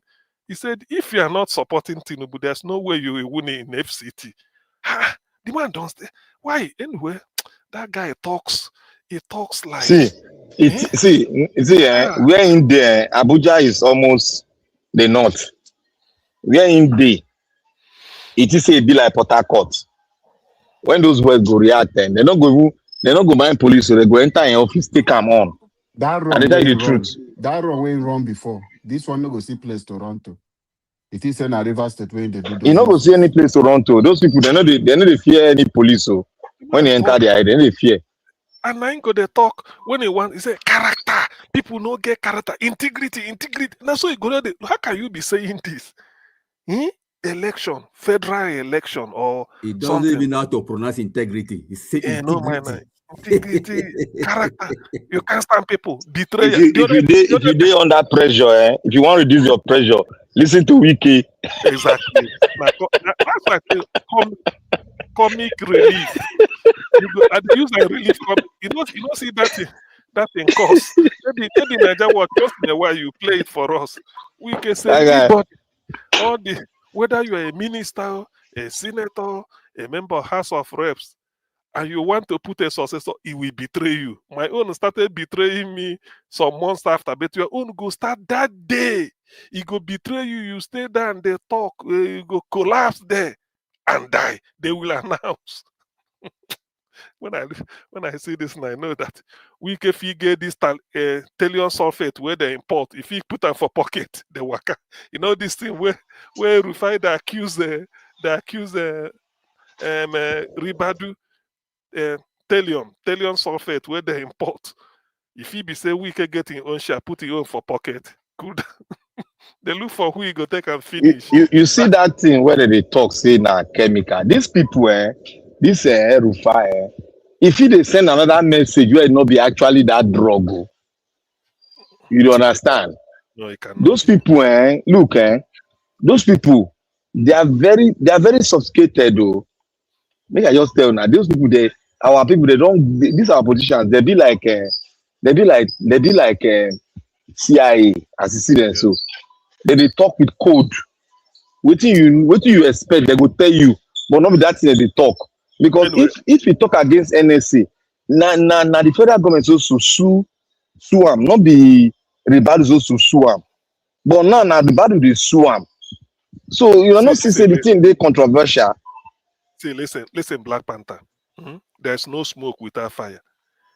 If he be saying that El-Rufai be the target of this something, so in the sound warning in time, make people know say if something happen, you know. No, Fulani know the kid themselves. Oh. They're not the kids. Lie, they're the kid themselves. That one, go ask any of them. Go ask any Fulani man. Okay. This one is something I know. Kid yourself. Okay. Well, let it be. The Fulani they sabi pretend. They know they say they won't harm themselves. No matter what you do, they know they keep because they're not plenty. They're not plenty. So that's why you say that they cry when they kill those terrorists. They're not plenty now. They not reach 50, they not reach 30 million or 40 million. Even, let me give them 40 million. They're not rich. They say about around 7. They not rich. So you won't go kill their eye. But no, Black Panther don't play that. OCM. But you can really not say that they cannot you always say one Jojo around one. They can do Tinubu, what we are just playing to his hand. Or he may even be Tinubu is the target because thank you. Tinubu go give way. You see because on that one I don't even care about that one. I don't even care about that one. All I'm even saying is that Tinubu, I mean, we are these guys together now. You know, we are doing brainstorming now. Well, that's true. They don't tell them openly before. Say Tinubu this. That's one they call Alaji Gololo. That one too sabi do what this thing talk. They do coup against them. You know work. They no get them. This thing where they import, no. This Ribadu, where Tinubu appoint as national security advisor. Ribadu they give arms to terrorists in Kwara State. They catch him, he say them be vigilante. Is it Tinubu that approve of it? See this thing, if he be saying that Tinubu be the target. Okay, let me ask you one question. You believe say there was a coup? You believe her? Why wouldn't I believe it? You see how they catch you now? Now? I just asked the question now. You believe her? Why won't I? You believe these lies they are saying? Okay, you remember they are looking for one. Look, let me tell you one thing. So there was no coup. Look, if there is coup, coup no they come with two information. Coup they come direct. You go see and the military go strike direct. They go bring them out. They know they waste time. But this one they say there was a coup. This military officer said there was no coup. Then the presidency now said there was coup. You see, people also know say me and I lie in the talk. No, those people where they not be saying I lie they talk. There was no coup. So those names they listed, it was just camouflage or just want to. They know Then they want to use them as scapegoat. Now today they don't use space for scapegoat for Nigeria. Now today, no, there was a now coup. today, there was nothing like coup. Forget all this talk. There was a when coup. They know they contradict themselves when they give out information. If they is coup, they know they contradict. There was contradiction. The military said there was no coup. You remember the chief of defense staff said there was no coup. You know Yeram. Your chief of defense staff they lie. He said no. Your chief of defense staff, your chief of army staff lied, and you are still believing them. Now don't fall my hand though. You know what he mean by saying a chief of army staff lie against the military, against the presidency. He come by country, the president comes and say there's coup. He can't come and say, okay, yeah, it was actually a coup.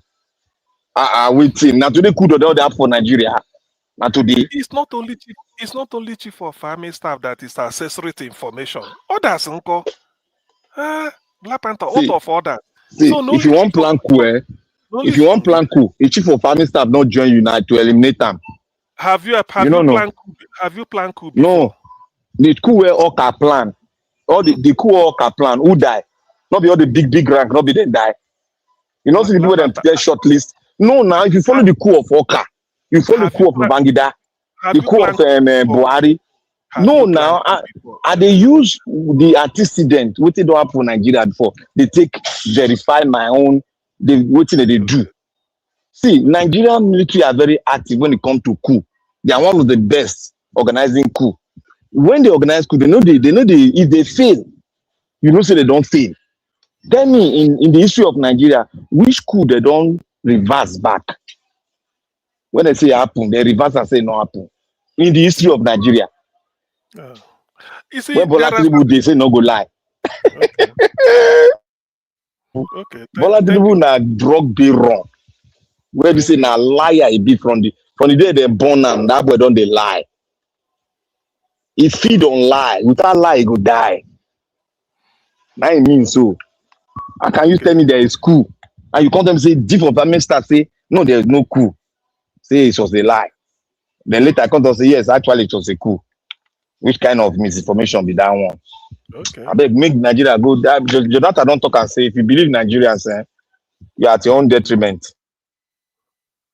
For collation. Anyway, for what it is worth.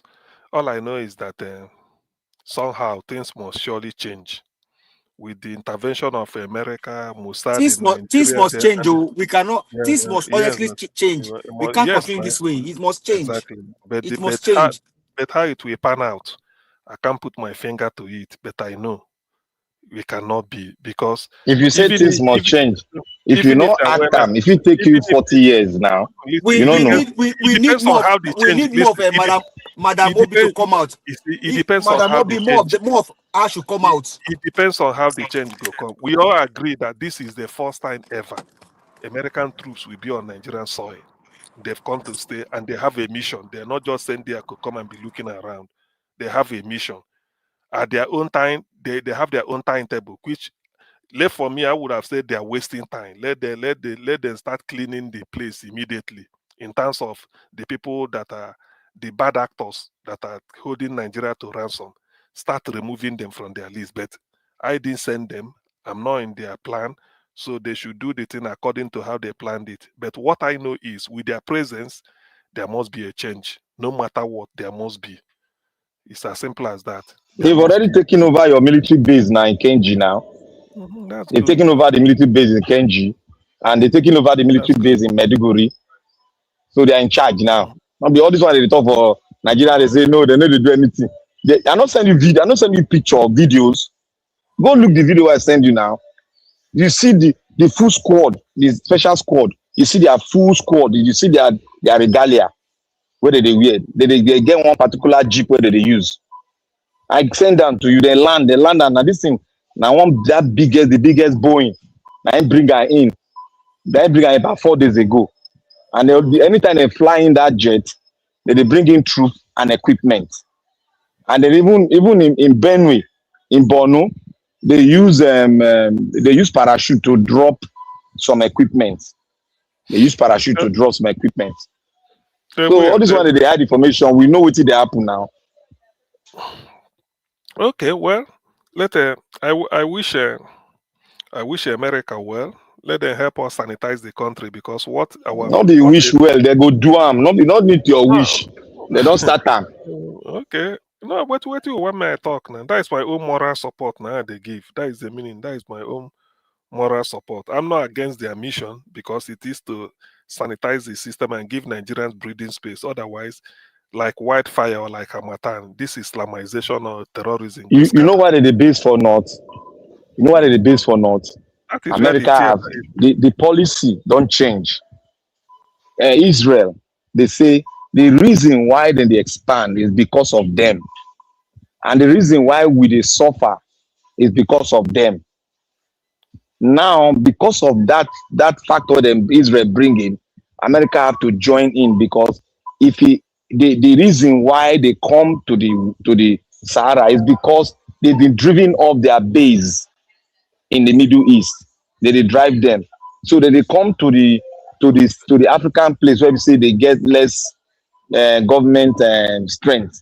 So that's what they are doing. That's why America is coming down here to have a base to tighten up the security so that they not go meet us for homeland here. So that's what they are doing. They are here to stay and no more nonsense. What they do again? You know what happened in Greece last week? In Japan. Japan finally their parliament took a decision. There is no more Islam for their land again. So they want to. Then for Greece, Greece took another. Yes, Greece also took a decision. They closed all the mosques in Greece. All they closed them down. And now only your place where you did so. That make me I send you one letter say, CM, you better wise up. Oh. They don't set up one law for Brit UK now. Say if you be Islamophobia, you are in trouble. No, that kind of law no go catch. That kind of law no go ever catch me now. You no go ever. All this pampering. These are people you do not really pamper. There's nothing you are going to do to satisfy them. I remember the argument Donald Trump was making in respect of this lady in Minnesota. This Ilya is I don't know, that lady that is always having a running battle with Trump. Trump said, why not go to your country? This is the way we live here. You can't come here and change it and do all those things. So LOC something LOC like that. now. Yeah. They represent. That's Oman now. Oman. So something. So he said it, and that is what it should be. So what Japan is doing, mind you, Japan is not it's an economic powerhouse and a giant in technology. They want to start. Yeah, I love what they did though. Yes, every nation should wake up and be doing that. I'm doing because that. This will they mean business, so. Yes, you can't come out. He said somebody is saying why is the US not in Kwara? Okay, do you know where they are? Is it because the thing about if people don't understand, they go they go in a core north where they close to the border. That's why they did there. The other place now we're close to Kwara. What you know, they don't map and finish now. It can be anywhere. Are you sure that Mossad know their Lagos, the Kumb? Because you don't know. They don't do everywhere. That's why they don't do their work now. It's true. So that is the thing. I don't really care where they base, but so far they were within Nigeria. There is hope because we can't combat it. We can't. We cannot combat all this. There is no way federal government. You see, when Mossad for dangerous, Mossad feel use their phone. That their phone that they use for Senate, where they take the boost or the caravan. Use that phone to desolate them. Detonate the thing. But let me say this. Let me say this, Black Panther. Why is it that our senators or legislators, House of Rep, don't they have this gadget that people use? You point if they want to do voting, There's nothing like say the eyes have it. They get now. You don't know, they get now. You vote, and they after refuse voting, to use it. After voting, you see a screen in that place. Even the public gallery, people will see it. As you hold it, you the vote. You go to vote. You go to vote. Then you see the result. Then all the time, I have it. Some people go carry what say I. Some go say no. You say the eyes have it. How do you? Not teach them. Not teach them. Which I'm saying, God, some go. Not be do for Britain. No, Britain they use a gadget to vote. They don't use any gadget now. They shout. Don't mind them. I know they watch them. What those were those House of Common. And they watch House of Common where now. This is where they mess up where. See, listen. It's not that they watch and well. Ask anybody in UK.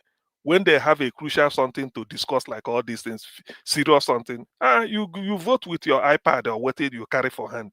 As you are voting, the result will just show on the screen. The what is it called? The returning officer there will just make an announcement. See, when they do that, when they do the innovation for that National Assembly, they put all those things there. They don't want to activate them. It did there now. So they didn't talk them. Even one of the assembly person talk and say they get the equipment where you say they use and vote. Everybody they go notice that you vote because now number according to your seat. That's why you see they name their seat and they get button there. And the button then get the Senate president fee off your mic from front.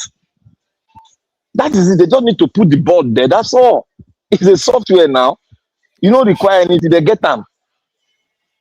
So when they do like say they be mumu, say they just want to rig. They just love to rig. That's all. That's all what they do. They are just wicked. Being wicked. That's all. It's not in fact, to me, if there is, let's say, I have to bring innovation, I will say, look, that issue of no. Everybody vote. It will just be a case of for article this or maybe clause this that henceforth we should be transmitting election this. Everybody vote now. You just see the way they press it. It come out in red. Okay, now, Augustine. Your law say your constitution then give you say the three arms of government, they all have equal power. They are co-equal. That is equality, and they have power. Now, do you know that Nigeria they do the reverse? They do the reverse. Well, look, presently in America now, they don't promulgate it. They promote one law now. They don't agree. Both houses don't agree. For when you do pardoning, they want to give the legislature power to reverse the pardon where president make. You see now because they co-equal, so they need to balance the power. That is a nation that want to move forward because they know that the president can be corrupt or influenced to pardon criminals that are not supposed to be pardoned. So the House, representing the entire people of America, will scrutinize it, look at it critically on its own merit to know whether this type of person deserve to be pardoned or no. Nothing like pardon, go and serve your time in jail. That is a country that want to move forward. And not that maybe, do you know that some people, because of their corrupt whatever they did, they can influence the electoral process to elect a president that when you go into office, you reward them by pardoning them. It's business. So that is it. That's why. So what America is doing is the right thing to do. You reverse it because the president's decision is only him. He may have interest, but others may not have. So when the House looks at it or the Senate, they are looking at it holistically, from a different angle. Is it in the interest of the American people? If so, how? Then before they now know what to do. That is the thing, Jare. But in this case, Nigeria is just we're just wasting time. Wasting everybody's time, like P2B will say. Ordinary to transmit that is why they are bringing their gas. You know why Nigeria be like this? You know why? People know see, this thing is very difficult to understand. It's very difficult to understand. People know they understand them. They rush. You see, a constitution is a spirit. It's a binding spirit that brings the nation together. And if everybody put hand for that paper, you go see say the other things that make the country a strong bond everybody will start, you see everybody start obeying the laws. You see the judiciary now. Judiciary in Nigeria does not bring forth a budget. The budget they give on to the executive. The executive will now give them their money. It's not like that in other countries. It's not like that. You say you get 3 arms, and those 3 arms supposed to be strong, independent. Why can't the third arm present the budget to the National Assembly? Why? And the legislative, they present their own budget to themselves. They go now approve their own budget. All of us will shout. But judiciary now, they know they allow them to present their own budget. You see, that is what Abdul Salami gave us. People don't really understand what we kind of wala all day. So the constitution is a lot of imbalance in that system. A lot of imbalance. You said you are co-equal with the president, the executive arm. In your co-equal, you are afraid of the president. It's not supposed to be so now. If you are co-equal, you are supposed to checkmate and make law that will checkmate the president.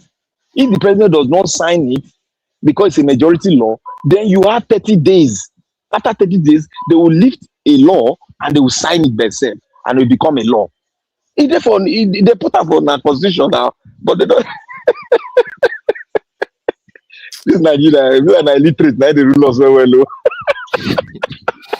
You don't know before. They don't know the power they get to. Wallahi. They don't know. You see, even that stupid thing when that man give us, the thing where I noticed there, they say they get co-equal power with the president. The only thing is that the president is carrying the burden of the whole nation. That is where the difference is. But in terms of administrating and checkmating, they have co-equal power. They can checkmate the president. The president don't even have power to checkmate them. If you see them, if you mirror the other way around, the only way president will checkmate them is to not to sign their bill. But they still have another way around it. But these people don't understand it. The president waiting a day interested now. Make all the 36 governors be in APC. Democracy. I say, you know what one man talk? He said Nigeria don't want democracy. Ezekiel say let's talk him. He said they don't want democracy, they are just pretending. That is why they are not obeying the laws.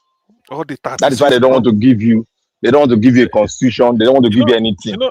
That's why they don't oppose Sharia law. You see what they don't oppose Sharia law? Why? Because it gives them more power. Don't you know? It gives them more power. You know, when all the state governor 36 are in APC, they will now move. Every senator go join APC. After that, every House of Rep member go join APC. Then they go down to chairmen and councillors. What sort of democracy is that? Everybody must be APC. Everybody go be APC. Because Tinubu won second term. They know, see, make I tell you one thing. This thing where we see, where we make it look like democracy. Do you know why Obasanjo refused to say he cannot allow this constitution to hold? Because he himself was enjoying the largesse too. Because just out of prison. If not, they had all the opportunity to make it. But he refused. Look at Jonathan now. Jonathan has the opportunity to make electoral law sound well. But he himself also refused. The question is that why are they refusing? When they look good to us, why are they refusing to make electoral law when they have the opportunity? If Obasanjo has done it, Obasanjo would have won that election again if he do it. If I win him, if that this they would say he could do this law for us, this represent law, Obasanjo will still win that election. Because Obasanjo did well in terms of budgeting, in terms of cancelling Nigeria debt, in terms of trying to make Nigeria stand again. It was having that intention in him. That was why he could be able to lobby and cancel your debt. That to show that he has intention. He has a plan. That is why he bring in technocrat, experts. He wants the economy to sound well. But those ones that came after him, they never wanted the economy to sound well. Look at what they are doing now. Just for themselves and for their cohorts. That's what they are doing. So you see, Obasanjo to me would have won the election if you even said now electronic, he would have won. That's what he would have won because he did well in terms of Nigeria economy. He did very well, more than there's no president that don't perform Brisham in terms of Nigeria economy. He is still the best, but he has some baggages where make us not like him. Yes, we are human. Yes, he is not perfect. The thing will make me hate that man be say, he no gree do what he's supposed to do to avoid all these things over the face now. That's the problem I'm having with him. Obasanjo said, he said his time is already up. He want to see Nigeria work before he depart. I saw him talk. I read it. Say, in time is up. He want to see Nigeria work. It's too late now. Why didn't they tell us? It's too late. when they share bag of Ghana must go for them. It's not too late that time, Abi. I don't know all of them go rest. The man has done his best. That's what I know. He has partaken of this notorious evil, and he has done his best too. He's better than all of them, the ones that we have now. So, but I know that if he had made the law of electoral law, Obasanjo would have won the second time. He would have won. Nigeria was recalibrating when he was in power. Despite the corruption, yes, but the corruption was not as bogus as he still jail some minister, he still jail some governor, he still jail some director, like that man when he did for PDP man, he went there for Lagos State, where saying go run if Agbado become president. But the judge, he go jail now. He's an ex-convict. Abuna no know again. But the judge be said then they split contract. Nigeria. Everybody. They say Nigeria should not know this one. No. Say that ex-convict na be that man. No. They say if the contract now like say 100 million, you bring into okay, let's say like 20 million, you bring it to the board. The board board of Nigerian Post Authority will look into it and award it from the board. But if not that kind, 1.5 million, 2 million, maybe 500,000 contract, the managing director do that one. So, but the judge go see like 20 million instead of taking it to the board, he go split and 2 million into 10. Now be split. He go split and 2 million. If na road will go there like 20 million, he go say, okay, you do 1 kilometer, 2 million. He go, so just split it. They split contract. Nigeria. So that then they like law. You say many Nigerians don't forget say the guy na ex-convict. Many Nigerians forget now. But he said na Bola Tinubu na engineer. He talk well. He said Nigeria money say na Bola Tinubu.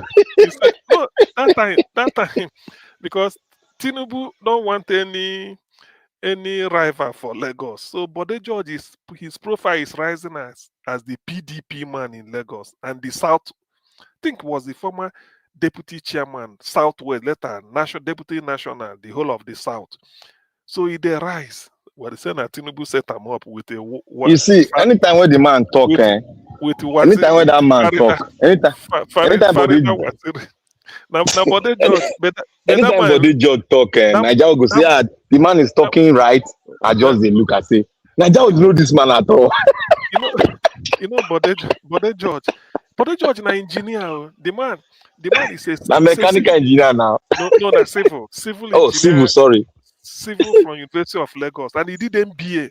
You know what he talk? He said, when he using now I learned to do hand like this. He said there are a lot of leakages in the system in Lagos. So because Tinubu, he said people that are controlling Lagos are not from Lagos. Now he make Bode George go form association where they call Omo Pataki. I don't know what it means. He said no mind now. All of them are the same thing. Sometimes when they will call and say, the man is talking truth. Which truth do they talk?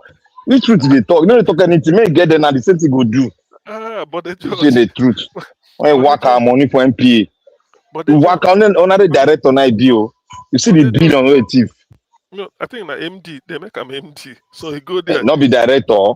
he begin the split contract. They No split mind them. now. So instead of taking it to the board of directors to award, he go split them bit by so that their price no go reach the threshold where he talk. He go they do it now. So OBJ was angry with him now. OBJ was really angry with him. That's why maybe you see me the try inside say straight. maybe they bring return. No, Basanjo not said be return, not be return. You know why OBJ they angry with him? He was the most trusted person. He was like a brother to OBJ. Anytime he get access to the president, anytime, and he was very loyal to him because they are both military, cadets. But when the money when you go chop, it don't make sense. You understand now? The money when you go chop no make sense. So now make Baba just the dress say, you get money, why you go to thief this kind of money? You were a governor before, a military governor, you don't siphon, you get. Why you go thief? You get shares, you get company. No before those state him be military governor. He use any money do anything. Not be all his shop. He use money do anything. But then he be in catch. You see when he finished Tinubu, he say, the Black Panther don't understand. See the two fingers. He say there are leakages in the system. So many leakages. But they Bola Tinubu, he's not even a Lagosian like us. That's why they go from Omoeko Pataki. So this one are people indigenous of Lagos.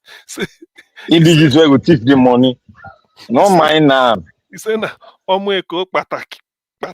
This one for I hear him before. So the politics in this thing, Tinubu no want rival for Lagos, and Bode George want to penetrate, so it's a problem. You know, when I was in politics in Lagos, when I was doing politics in Lagos, Bode George almost took me over because my friend, one of my schoolmates, who is a doctor, works for him. So the guy can't go introduce me from my back to Ram. Say, there's one that they call Benin people Omoba. There's one Omoba. Oh boy, if you print that guy, we sure we don't win some things over. Something don't come. Oh boy, now you tell me at that moment, at that moment, can't go get problem. I say thank God. If not, I for work for Ramo. Listen now. The thing. That's why when Bode George come out of prison, he go give thanks. And let me tell you this, you go surprised. The day they were trying him, so people feel say na discharge and acquitted, nothing go happen. Ide Abuja, then they try. They don't put cow for Lagos Island, say then go slaughter because they know say then go release them. They no hear anything, say Bode George, they go boy George. Now they hear 20 years in jail. They go prison. So all the cow, everything can halt. The day they release them, they still do a shade. They go welcome him. When they welcome, after welcoming him in Lagos, he went to I think a Catholic something Christ Church Cathedral. That one where they near Tinubu Fountain, Tinubu Square. He go there, go give Thanksgiving. You know what in the pastor, the Reverend Father tell him, make he quit politics openly because I watched the thing. Say make he resign from politics. As he they thank God. For where? But the judge don't resign. He no resign. He still come back. They pick who He go. come back, he can't go marry one fine woman. You know his wife, a very beautiful woman, Larry. Thank you, Niger Watch. Thank you. Niger, thank you. So we don't describe your body job for you. Next time, not praise him again. No.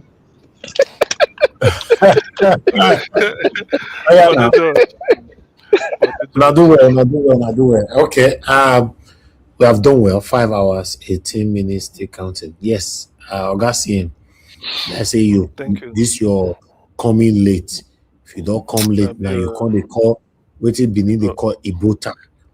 You call the talk story from one story to another, like one old man of 80 years old. Now I know rich now I go talk. Say Oga Dr. CNC for Lagos. All those thief where they for Lagos, where you say you know people recognize. You recognize all of them. Everybody judge. You say a better person. This man still Benin. He still Benin as well. You know. There's everybody judge a better person. Oh God, these are the X-Men now. Anyway. God will bless you, my people. At least we've we've passed the main important submissions already today. So let's continue again later on by 7 p.m. Nigerian time. The only pain I have is that the people in Nigeria, they are not participating on what is going on or what is affecting them. That's my only pain. It's very, very painful. As at the end this show now, this part is late. What time is it in Nigeria right now? I think it's 12:24 in Nigeria right now. As we end this show, just go to TikTok, go see what the Nigerians they do there. They don't pay attention to what is affecting them. It's sad. Very, very sad. I appreciate every one of you, my people. And God bless you. Now, thanks for your time with us today. Every one of you that came into the panel, those of you that still have here, Oga F, Emmanuel, Mr. Jonathan, Black Panther, Oga CM, give us a mandate, Madam Patricia, and many more that came in, and God bless you now. And those of you that called in, Mr. Joseph OG, Samuel, and many others, thank you very much. For those of you that super chatted the platform today, I'm very, very grateful. So girl met there, Mr. Joseph OG, Mother Stella Masavedo, and Mr. Joseph OG a couple of times. And God will bless them, my people. I'm very, very grateful. On the comment section, start with my mother of Omami Diaspora. Thank you very much, Mommy. I appreciate you. And I love you so much. Thanks for always being there for us. Abu Azim, my brother, I appreciate you. Thank you very much for always being there for us. God bless you. God bless you all right there. Thanks for your time with us. At peace. This one we at peace. Stay with us till late today.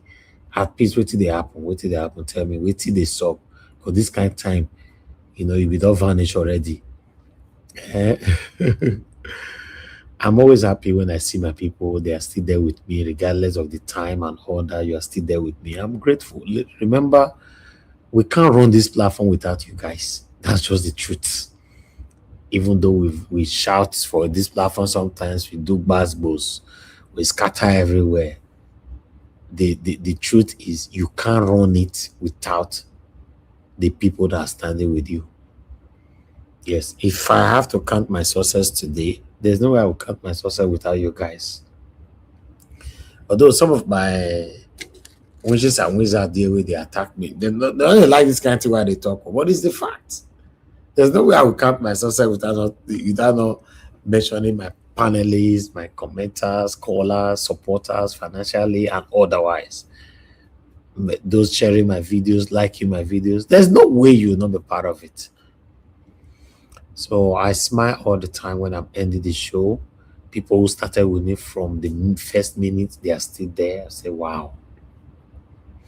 My panelists, they might not be here every day, but I know my panelists that are here at least twice a week. Some of them are here 5-7 days a week. Some of them.